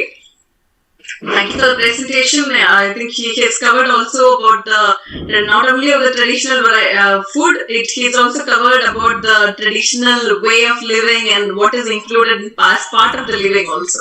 Thank you. So now we have Antonio Lacerda, who's from ABRA, the Brazilian Association of Ayurveda Board of Directors. He's worked professionally for 40 years with IT in many companies in Brazil, USA, Mexico, England, Argentina, and China. He started the Ayurveda part in 2014, and did the training in Ayurveda by ABRA. And currently he is on the board of ABRA and the National Ayurveda Self-Regulatory Council, and has been promoting Ayurveda in this country. Very happy to have you, Professor Antonio. So please go ahead. So first we'll have the video by Professor Antonio, and then we'll go ahead with this presentation.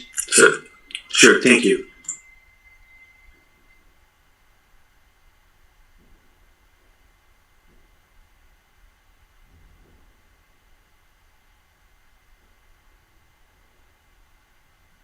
Olá, hello, namaste. My name is Antonio Lacerda. I am an Ayurvedic therapist here in Brazil.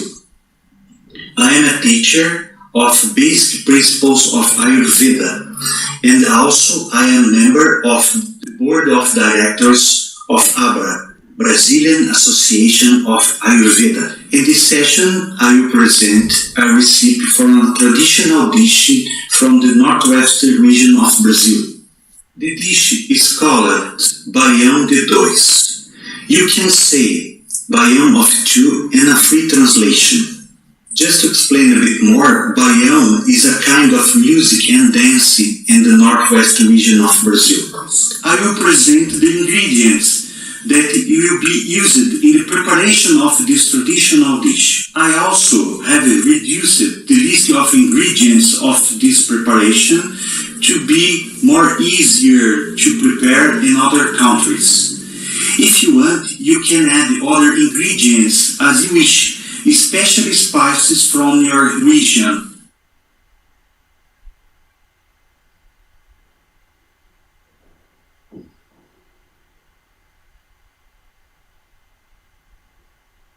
Well, now that you know the list of ingredients, we can start preparing the dish.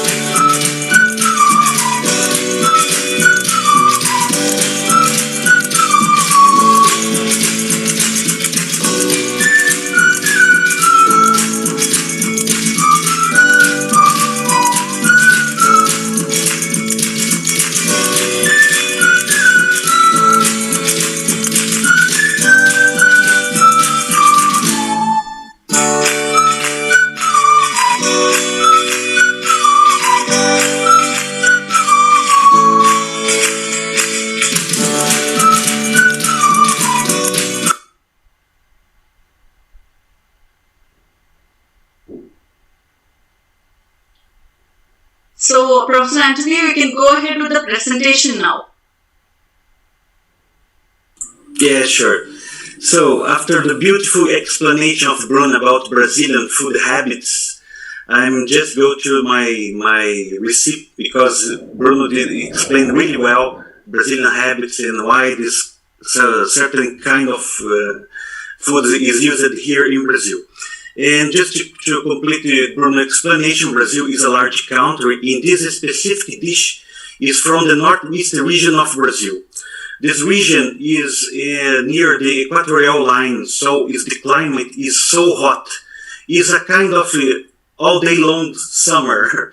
There is no winter, no regular winter. You have a small season of rains. There is almost all the year is a summer. So the name of Baião de Dois, it's a name of a popular dance and music in Northwest region. So the dancers is dance really close one with the other. So this is a reference because the rice and the beans is so close during the preparation of this dish. In fact, this is a really cheap dish to prepare. Use basically rice and beans and the two main components from this dish. And it's cheap because the main part of the population in the Northwest region lives in a really poverty, and there is no money to buy expensive foods. So this is the list of ingredients, and I use onion, garlic, and the other really common spices. And one special reference here to manteiga de garrafa is bottled butter. It's a kind of Brazilian ghee. It's some people call it Brazilian ghee, and it's really easy to prepare this dish. So. A bit more about the main ingredients. The agulhinha rice is a white rice. It is not an original plant from Brazil. Came from other countries. So add the madura raça to the meal is really good, and it's almost 8% of the Brazil use this kind of rice. And Fradinho beans and French beans is another kind of really popular beans here in Brazil. Is used in a lot of other types of dishes here in Brazil.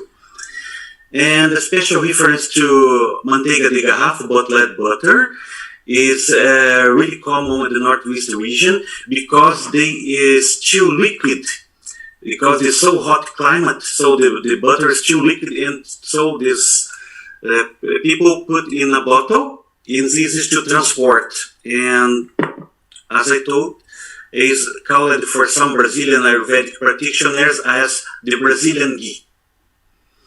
And queijo coalho, we need cheese, is a very traditional cheese because, for example, in the past, the person transport milk in a pouch made of with the stomach from animals, and they store the milk in this pouch. And when the journey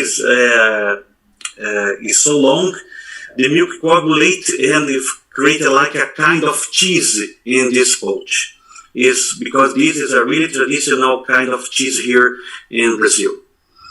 And my point of view, this is a kind of micharacudana because it's a mix of shodana dania, is rice varieties, and shibidania pulses, and that you mix it together and cook it really well. This meal is a bit heavy to digestion, but provides strength, is good for heart, nutritive and carminative. And when you include the spices, is improve the agni. So because this is really important to use pepper and the other spices in this to prepare this meal. In addition, the use of the snigdaguna is provided by the use of the manteiga de garrafa. And this is also butter improves the taste and the digestion and nourishes the body. So, that's all. Thank you so much for the opportunity. Thank you, Professor Antonio. It was great to have your presentation also cut short. I understood that you had really gone fast. Okay. So thank you. Join us for the panel discussion, okay? Okay. So now we have Bojana Iskra, who is representing Slovenia. She studied English and Spanish language and literature at the Faculty of Arts in Slovenia and has vast experience working as educator, translator, project manager and grant writer. And she has been in leadership positions for years as a volunteer in different organizations. She is an educator by nature and an avid herbalist and lifelong learner. And she is deeply interested in helping people to live healthy, well-balanced lifestyle. She enjoys using spices and plants in her cooking and homemade recipes. So, over to you, Ms. Bojana. Please share your screen. Thank you, Dr. Aramia. So, hello from Slovenia. As some of you may know, it's a small country in Central Europe, and it borders Italy and Austria, Hungary, and Croatia. And the influence of neighboring countries on the food of Slovenia can be felt practically everywhere. But maybe for the beginning, just some food staples, Slovenian food staples, like buckwheat. It's used all over Slovenia. It's a low-cost, nutritious dish. Then mushrooms. We have a wide variety of mushrooms in Slovenia. Then pumpkin seed oil. It's highly prized in Slovenia. And I think one of my favorites would be honey, because we only have like 2 million people in Slovenia, but we have about 10,000 beekeepers. So it's widely popular in Slovenia to use honey. And also one of my favorites, many Slovenians look forward to springtime, and because of dandelion. You can make salads from dandelion with cooked potatoes, with cooked beans, and also we make a dandelion syrup, which is kind of honey, I would say. Today I would like to introduce you to a traditional Slovenian dish. It's called jota, which is a sauerkraut and beans hot pot. The name originates from Gaelic word for soup, which is juta, which is then it became jote, Friulano language, and became jota in Slovenian. It originates from the region of Slovenian Horst, which is southwest of Slovenia, and also from Friuli. I believe Larissa would know that. I've heard that her grandma comes from Friuli, right?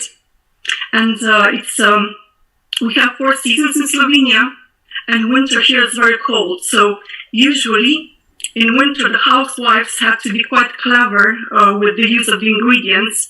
They would use turnip and cabbage and potatoes and beans. And so usually jota was served hot in winter time. But sometimes it's also cooked in summer and it's served cold. The ingredients, I would say that many of the ingredients for this jota are Slovenian superfoods, and one of them is definitely sauerkraut. It boosts the health benefits. I mean, it's really like fermented cabbage, and fermented foods have a lot of probiotic qualities. And our grandmas knew the benefits of homemade ferments because they were an essential tool to make food last longer. And fermented fruits, they contain living bacteria that digest ama and replenish enzymes, which create agni. So we would use tomato paste and potatoes and fermented cabbage and olive oil and beans, and also onion and garlic, which are other 2 Slovenian superfoods, black pepper, cumin, bay leaves, and salt. And maybe just to mention about garlic, I think it's a legitimate superfood, and it's highly nutritious but has very few calories, and it boosts the function of the immune system. So it's like to use garlic in winter and to use onion in winter, it's very helpful, especially here in cold weather. And it can combat sickness, including the cold and it's so healthy. But it's like, if you don't like onion and garlic, you don't need to use it in the recipe. So it can be left out, no problem. And about how to make. So here are the ingredients.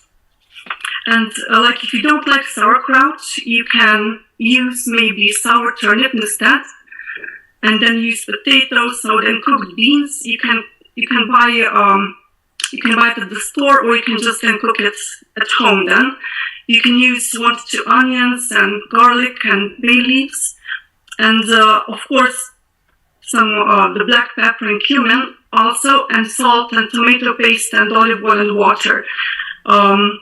And how do we make it?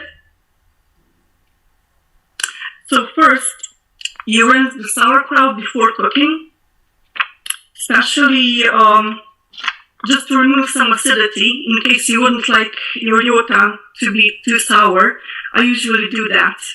Then you peel and cut the potatoes, and you slice and cut the onion and garlic.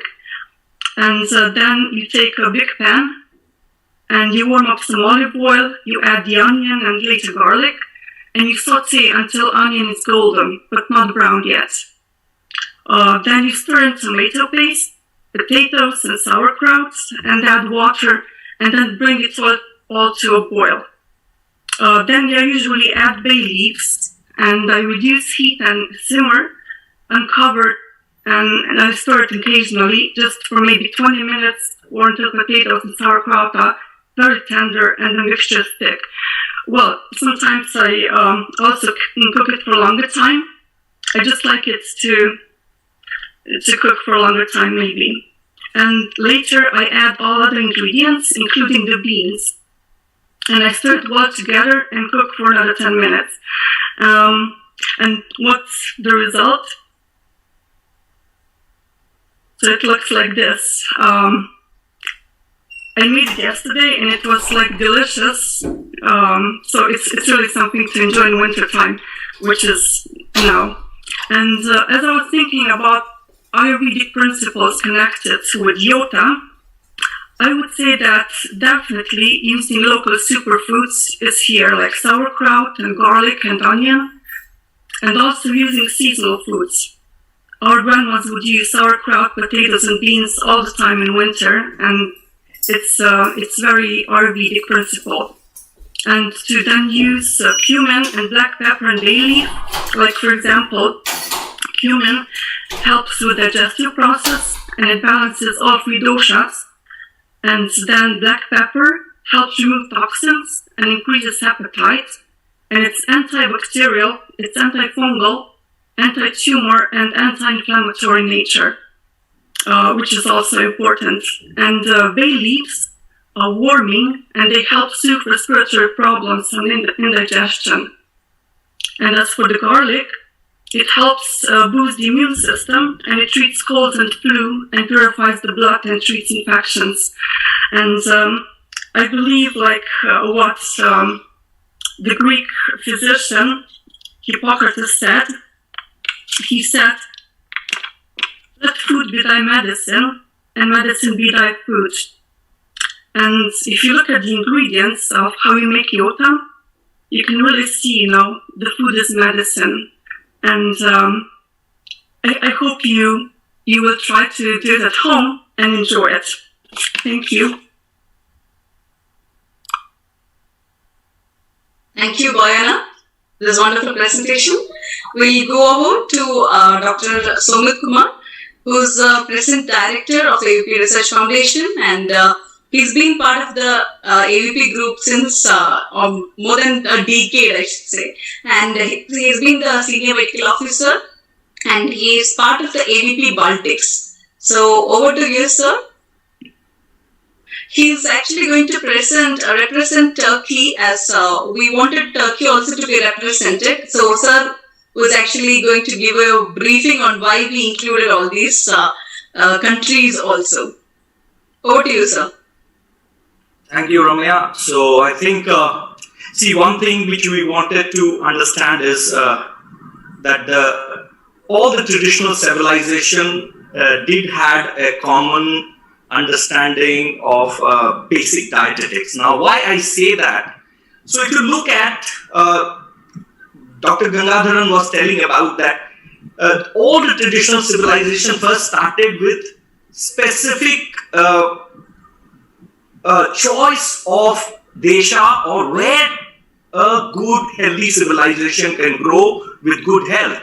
And if you look at very starkly that it is across equator, either north hemisphere and a south hemisphere within the moderate climate, where you have moderate rain, moderate sunlight and moderate wind, not extreme weathers. So wherever we have seen that, whether it is Scandinavian country or other mountainous areas which are or Canada or deep south in the south hemisphere, or also where there is mountainous ranges, they are where not the original inhabitant, where people with early civilization lived. So it was basically migratory. So if you look at the basic thought process of dietetics, started with places where you had moderate climate and almost equal sun and dark time. Like you have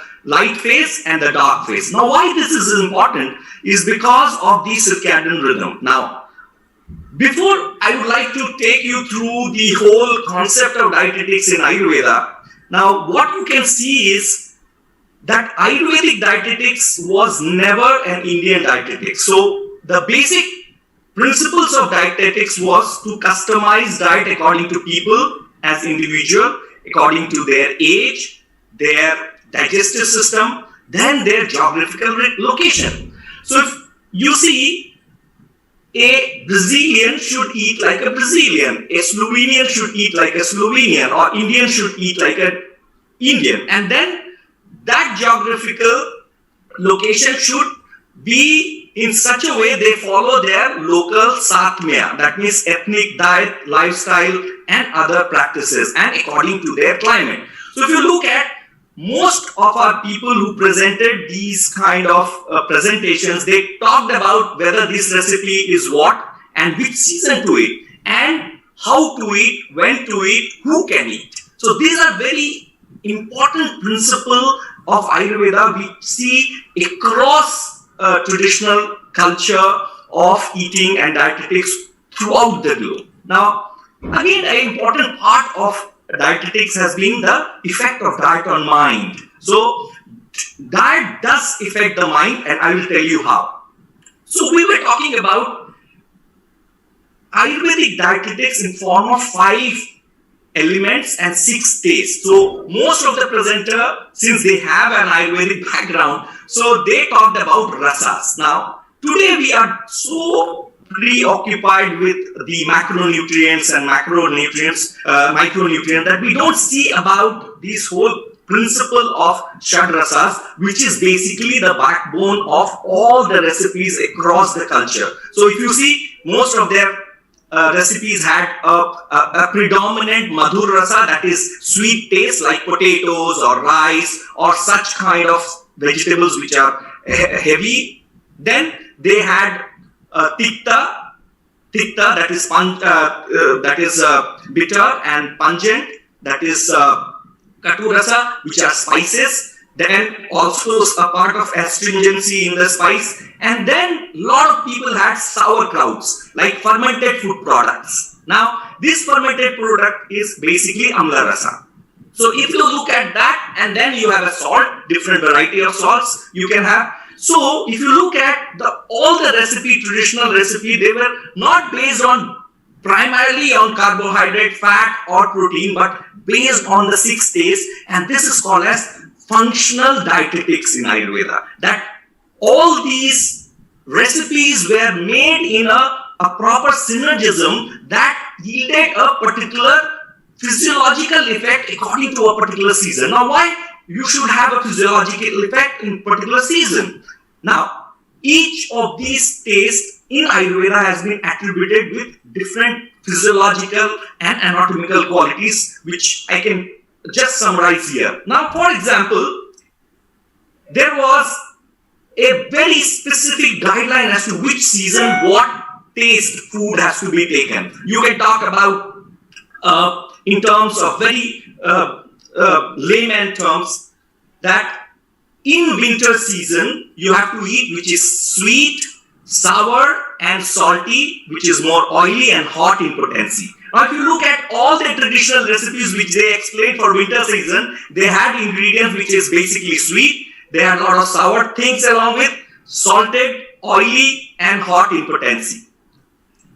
If you look at the summer food, what one of my colleagues from Brazil talked about, where he gets mostly summer, he didn't add a lot of sauerkraut. He added less meat. He gave more things which were more spicy, easy to digest, because in summer season you have to eat which is sweet, little oily and cool in potency, where you take a lot of vegetables which are in the summer season. Now, this basic algorithm of Ayurvedic dietetics is based on, first is, how is your metabolism doing in that season?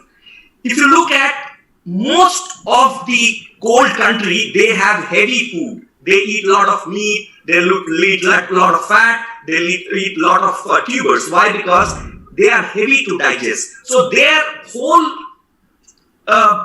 all the recipes, like you saw from Latvia, they were talking about a lot of grains and tubers which are, lacto-fermented, fermented for the winter, and then they cook it along with these tubers, and then they eat in the winter.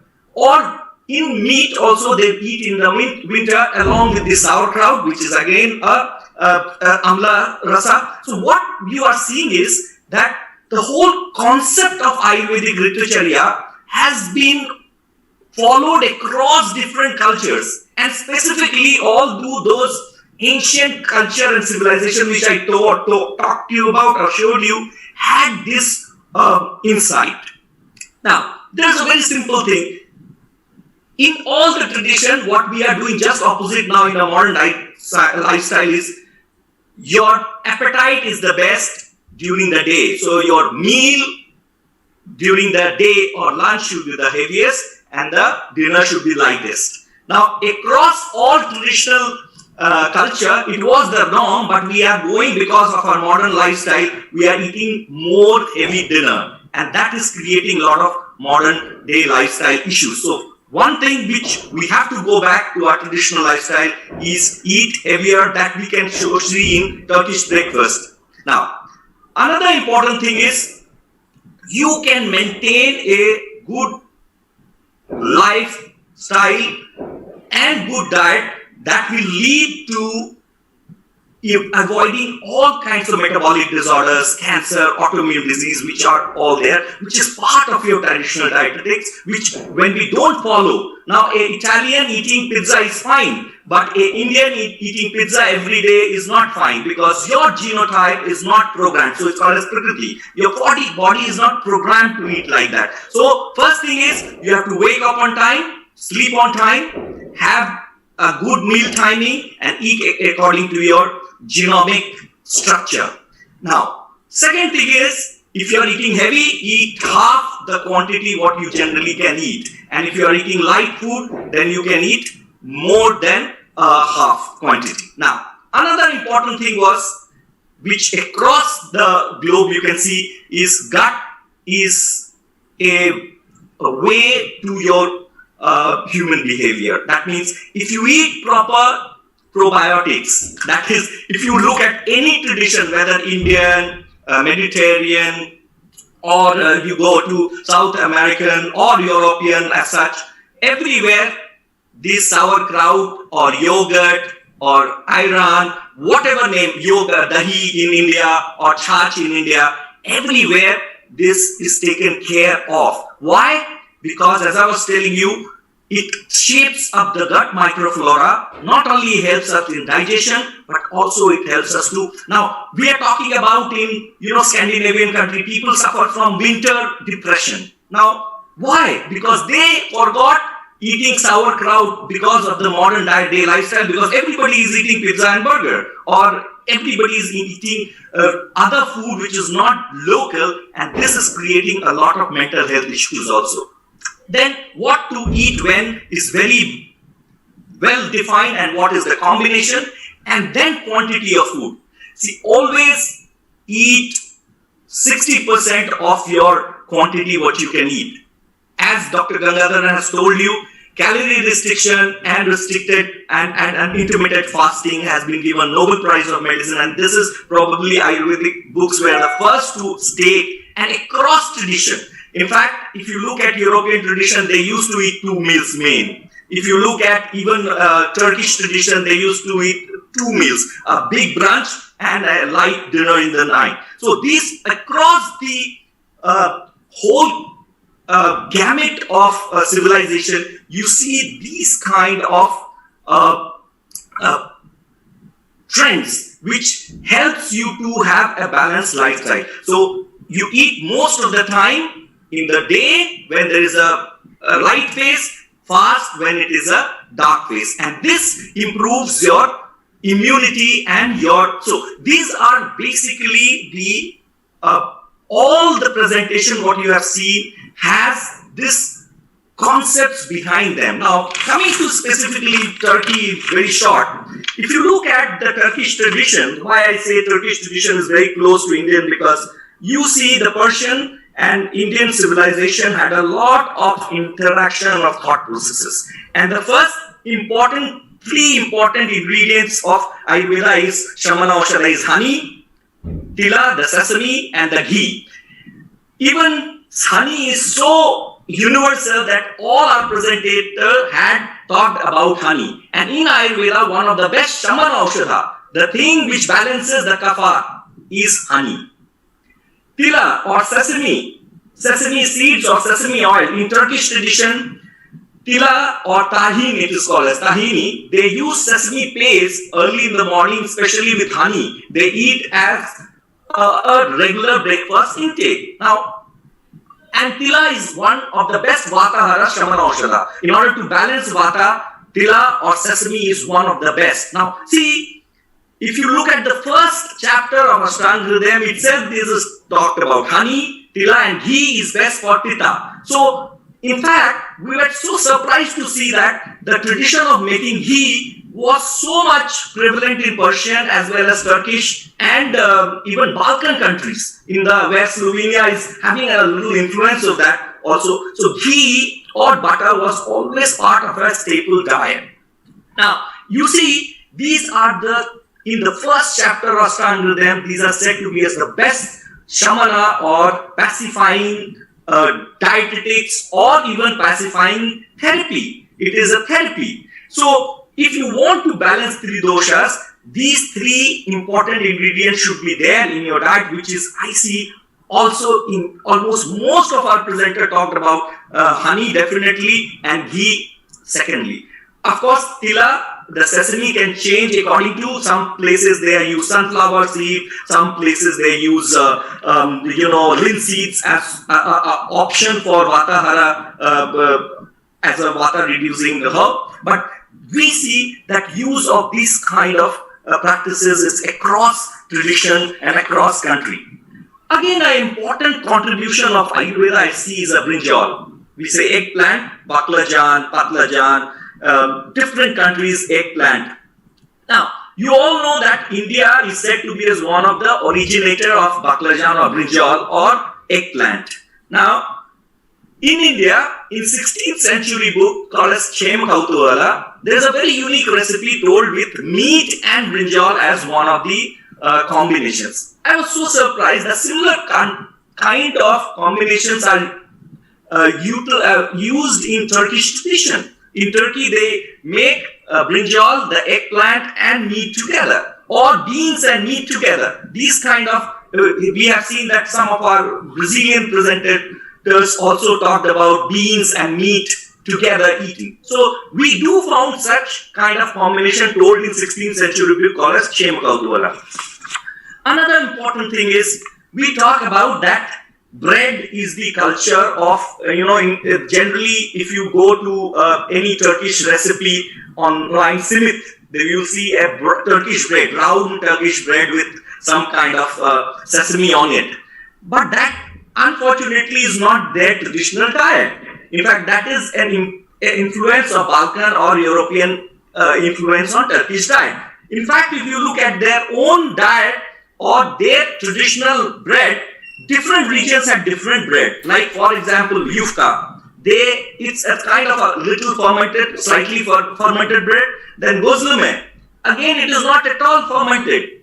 It is made out of the wheat, filled with, like how we make, filled with aloo paratha and then gobi paratha. It's only filled, and they fill a lot of herbs along with cheese, and then they just roast it on the fire on a tawa. Or lavash. Lavash is very similar to as our chapati, or pide. They are all very similar to. So if you look at even in Turkey, the north part, which is close to Black Sea, they use misir ekmek, we say. It's a corn bread. They use freshwater fish. But the south of Turkey, they use a sea fish. Now, each country, according to the climate they have, according to the condition they have, they use different, and it exactly follows the Ayurvedic principles in at the basic level. Then another important thing was use of milk product. Now there is a lot of misinformation about use of milk.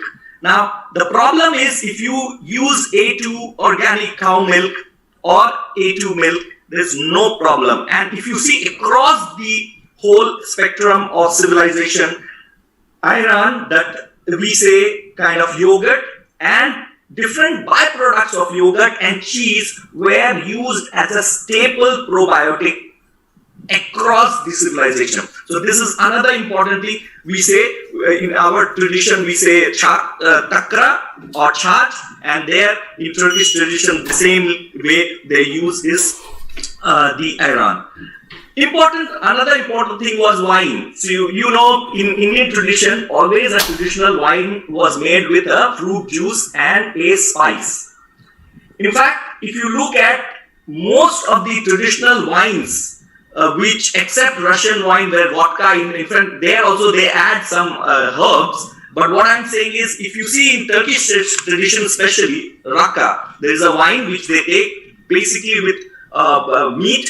Even in Ayurvedic text, it is always told that the anupana, the drink which you have to take along with meat, is always should be a wine. And then anise flavored raka, they say. And in European tradition, you will find many types of fermented spiced wines. Now, there are also, last thing which I want to talk to you about, recipes. If you see in Turkish tradition, there are a lot of recipes called as kofta. In Indian tradition, in the book which is again Jaivika, it's called as vataka. Purika, puri, in Hindi what we call, is nothing but in Turkish tradition they eat borek. You know, borek they fill in some fillings in that and then make like a puri. Or another important thing is Shuddh Udakaha. Shuddh Udakaha means something which will improve your appetite, or you can take it along with your food. That is in Turkish tradition also called as sharbat. Sharbat or compote. In Russian tradition, in Europe, you see compote they will use. Now, these kind of, if you look at, I was talking to you, all these recipes which are told in 16th century text has a very well kind of similarity with these kind of traditional dietetics. And from our presentation of the colleagues, we can very well understand that at some point of time, all this civilization had been talking to each other. So Ayurveda, the thought process is global. Though we may have recipes locally followed, but the thought process was quite local. Whenever I go across from India, south of India, you see more spicy because it's hot country. In summer season, you see the countries which are hot, humid, they eat more spicy food, because the thumb rule is when it is summer, your Agni or metabolism is low. So you have to take little more spice to keep up the metabolism. When you go to a cold country, because of the climate, your Agni will be more, your metabolism will be more. So you have to eat more heavy food. But when you eat heavy, something should be added as a probiotic always do. So you have a lot of cheese, lot of fermented food along with the meat eating or even the alcohol. So what I'm trying to say in short is there has been a very strong conceptual similarity between these traditional thought process, and we need more kind of research, more kind of exchange of thoughts, more kind of collaborative work on dietetics and try to understand that how Ayurvedic functional dietetics can give a very unique perspective in understanding diet, which is universal in appeal, which is more functional, not just we are counting the calorie. Thank you. So thank you, sir. We just have a very small Q&A session. Since we have all the panels here, I'm just quickly going on to the questions. So the question first to Ms. Larissa. Is it wrong to eat quinoa if not washed properly and still bitter? Good question. I wouldn't say it's wrong. I wouldn't think of it in terms of being wrong or not. Actually, quinoa is washed as the same way rice or wheat is washed when we cook it. If we think quinoa in terms of its properties or in terms of its tastes from the Ayurveda perspective, it's sweet and astringent. So it's madura and kashaya. So I don't think it's wrong to wash it, to take the bitter out of it, because it's actually not its main rasa or its main quality, but it's something that is going to not make it so tasty, let's say in a good sense. I don't know if I'm clear with what I mean. I mean, by taking this bitter taste of quinoa when we wash it, we are not taking out its main qualities or taste or rasa, but just cleaning it up. I hope that answers your question. Thank you, Ms. Larissa. We now have the question for Ms. Boyana. It's like how Jota, hope I'm pronouncing it correct, Jota, right? How Jota can increase probiotics in gut? Mm-hmm. That's a good question. It's like all the fermented foods, it contains a lot of probiotics. And I know that they made a study and they actually found that sauerkraut in Jota, I'm talking about sauerkraut, not Jota, sauerkraut. It actually, it contains like 28 different strains of probiotics, of bacteria. So I think that's what helped the process. Okay.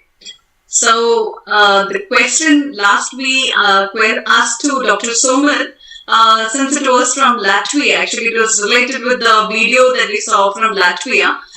He's more experienced in being in Latvia. So the question was like some clarity on the berries of Latvia, on the usage of berries. Yeah, so I think everybody knows only strawberry as berry. In fact, the strawberries which we eat right now is genetically modified strawberry. The real strawberry is called as wild strawberries. And so they are very small, they are sweet and bitter. So if you're talking about real strawberry, which is forest strawberry, it is sweet and bitter.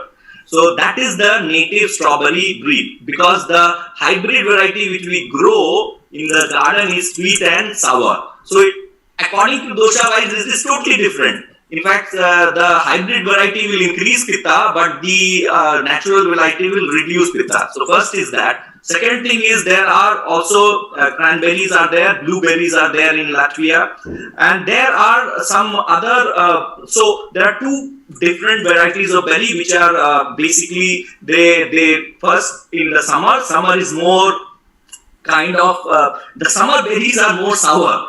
And then why? Because see, when the heat of the summer acts on the fruit, then the winter berries, the autumn berries become sweeter. Even the apples which you harvest in the summer season in European countries sour. But when you harvest it in the autumn, then you get sweet taste. So these are some common berries which we see, and especially blueberries are very kind of sweet. And cranberries have, I say, from our experience, we have seen that cranberry is having similar property as amalaki in Ayurveda, because it has all the 6 tastes except lavana.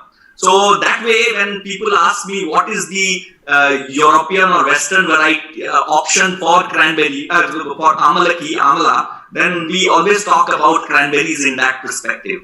So these are broadly there. There are some berries which are very good for, I don't remember now the local name, but then there is a berry which is very good for blood pressure and cardiovascular conditions. So these are, now, why they don't have those varieties? Because they have, as I told, they told that they have only 2 months of, or 3 months of sunlight.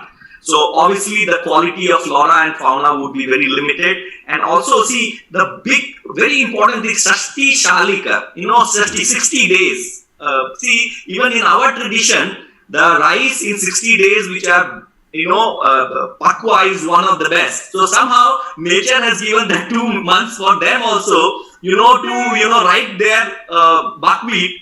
But then what they did, they kept go down for at least 3 to 4 months to dry. And that was our tradition also. So our Ayurvedic thought process also that this year harvested rice should be used next year. Why? As we know, that will be leading to less calorific surge. As we know that in Nava Anna is very bad for metabolic disorders. If you use freshly harvested like diabetes, obesity, these all are predominant, and textually it has been told. And there are a lot of studies that how sugar, gross sugar turns into starch granule, and then you have low glycemic intakes of those. That we can discuss later. So what I'm saying is all these countries had a very strong sense of the 5 element theory. I just wanted to say you, Nityarupa was showing you some, some traditional culture in which they were standing around the fire. Did you see in her presentation? This is midnight summer festival. And you know what they do? First they pray sun, that is Agni. Then they make, if you see from there, a garland of leaves, they had made a structure, a swastik sign, a sacred sign. That is what?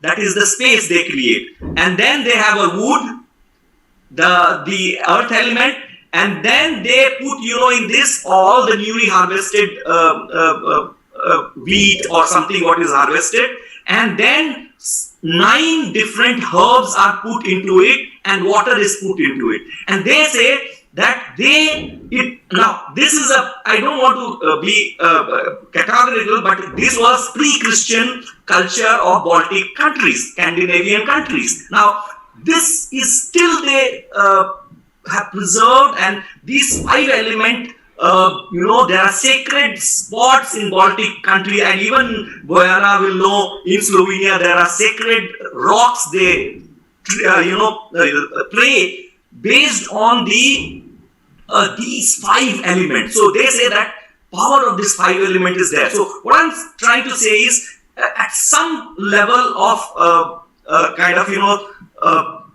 conceptual level, there has been a lot of kind of interaction of our Vedic thought process with the whole world. So as I told you, Veda is knowledge. Knowledge is not of a single country. It's for the humankind. Knowledge is for everybody. So I think that kind of, once we travel, we see a lot of similarities which from an Ayurvedic perspective I have been seeing when I travel in every month from India to Scandinavia and back. So at least I can talk about, and my colleagues to other countries. Thank you.